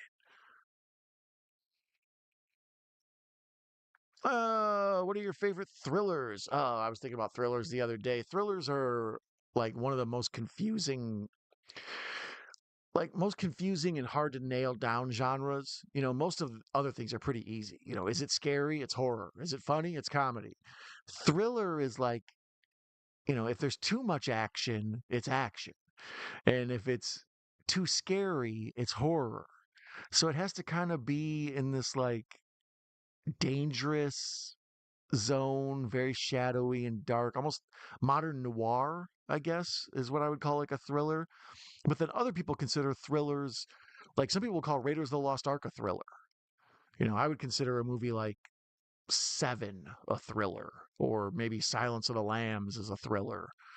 But it's out of all the genres, it's the most undefined. It's almost like, what does a producer do? I don't know, whatever they want. So now we're back to the helicopter shots. We see the people in our movie have completely just lost their mind. And we're going through the woods and we see a Joe Berlinger film. Once again, the credit is actually properly done instead of being shaky and jacked up like it was in the first one. Let's see more info. What else do they recommend for? You're gonna make me go, you fools! They always do. HBO is very difficult at letting me trying to watch the if you like this, you might like thing. They're a problem like that. Can I see it now? Can I see it now? You may also like, if you liked Blair or Book of Shadows, Blair Witch 2, you may also like The Blair Witch, The Witch, Nightmare on Elm Street, Curse of La Llorona, and every other thing I said when we watched The Blair Witch Project because Warner Brothers just pimps their own movies. They don't really care if they're alike or not. Anyways, that was Blair Witch 1 and Blair Witch 2. She says, these poor people. This was fun. Man, have you ever seen Blair Witch 2 before? I think you said at the beginning you hadn't, but I was talking and I'm dumb. Um, but yeah, if this was the first time watching it, it's a fun time. I like it. I think the people in it do a good job. It's creepy and scary. It's got a weird occult vibe to it for people who are into witchcraft and stuff. She said she had seen it before. Okay, good. Yeah. Didn't want your first time to be ruined by my jabbering. But speaking of my jabbering, it has now gone on for, oh God, like 3 hours, 4 hours. How long has my jabbering been going on for? Let's see. Don's jabber has currently been, oh boy, I gotta mute it. It doesn't even say, yes, it does. It's, just under 3 hours of jabbering. I'm surprised. I thought we would have been over by three now. I'm a bit caught off guard. Um, but anyways, yeah, we pulled off the old double feature tonight of two movies that kind of, if you're gonna watch them both, they're both short. Put them together. Let's make this one big ride. I think Blair Witch 2 gets lifted up, and to be honest, I think Blair Witch Project gets lifted up too because the quality of Blair Witch 2 helps the first one feel like the experimental movie it is. And enough of me about rambling with my dumb ideas regarding the Blair Witch and its cultural importance. Once again, I think Blair Witch needs a witch. Like there needs to actually be a scary lady, like the Drag Me to Hell lady or something. There needs to be a real Blair Witch. But other than that, there is a real me and there is a real you, and the real me thanks the real you for joining me tonight and watching this and these two movies. My friend Mayanne was here, as well as Stacy and Ben Grimm, Mr. Bones, Hobbs Horror, Anthony Chabot, my buddy Texas Russell Texas. Um, Jamie Hart was here. Love me some Jamie Hart. Yeah. My fan Clarkness was here. We had oh boy, all sorts of folks. Yeah, Clarkness was here. Stacy. Oh, Mellow Mutant was here. Shout out to him. Anyways, enough of me trying to jar my memory. Echo, Russell Collier, the crew. They were all here, and I thank them for joining me while I watched these two movies. I got some more movies planned, but we are also at the fate of the baby coming, so barring babies suddenly appearing out of nowhere and falling out of the sky like the Flash, we'll probably be back here soon to do another one. I got a couple other I want to crank out. So I thank you for joining me. I thank all of you for in the chat who were here. You rule. Thank all of you on the replay who watched this through to the end. I can't believe you really did. I think you're a liar. But you are wonderful regardless, and I wish all of you everywhere, regardless of whatever, green grass and high tides forever. I need to get out of here and go to bed. I love you. Good night.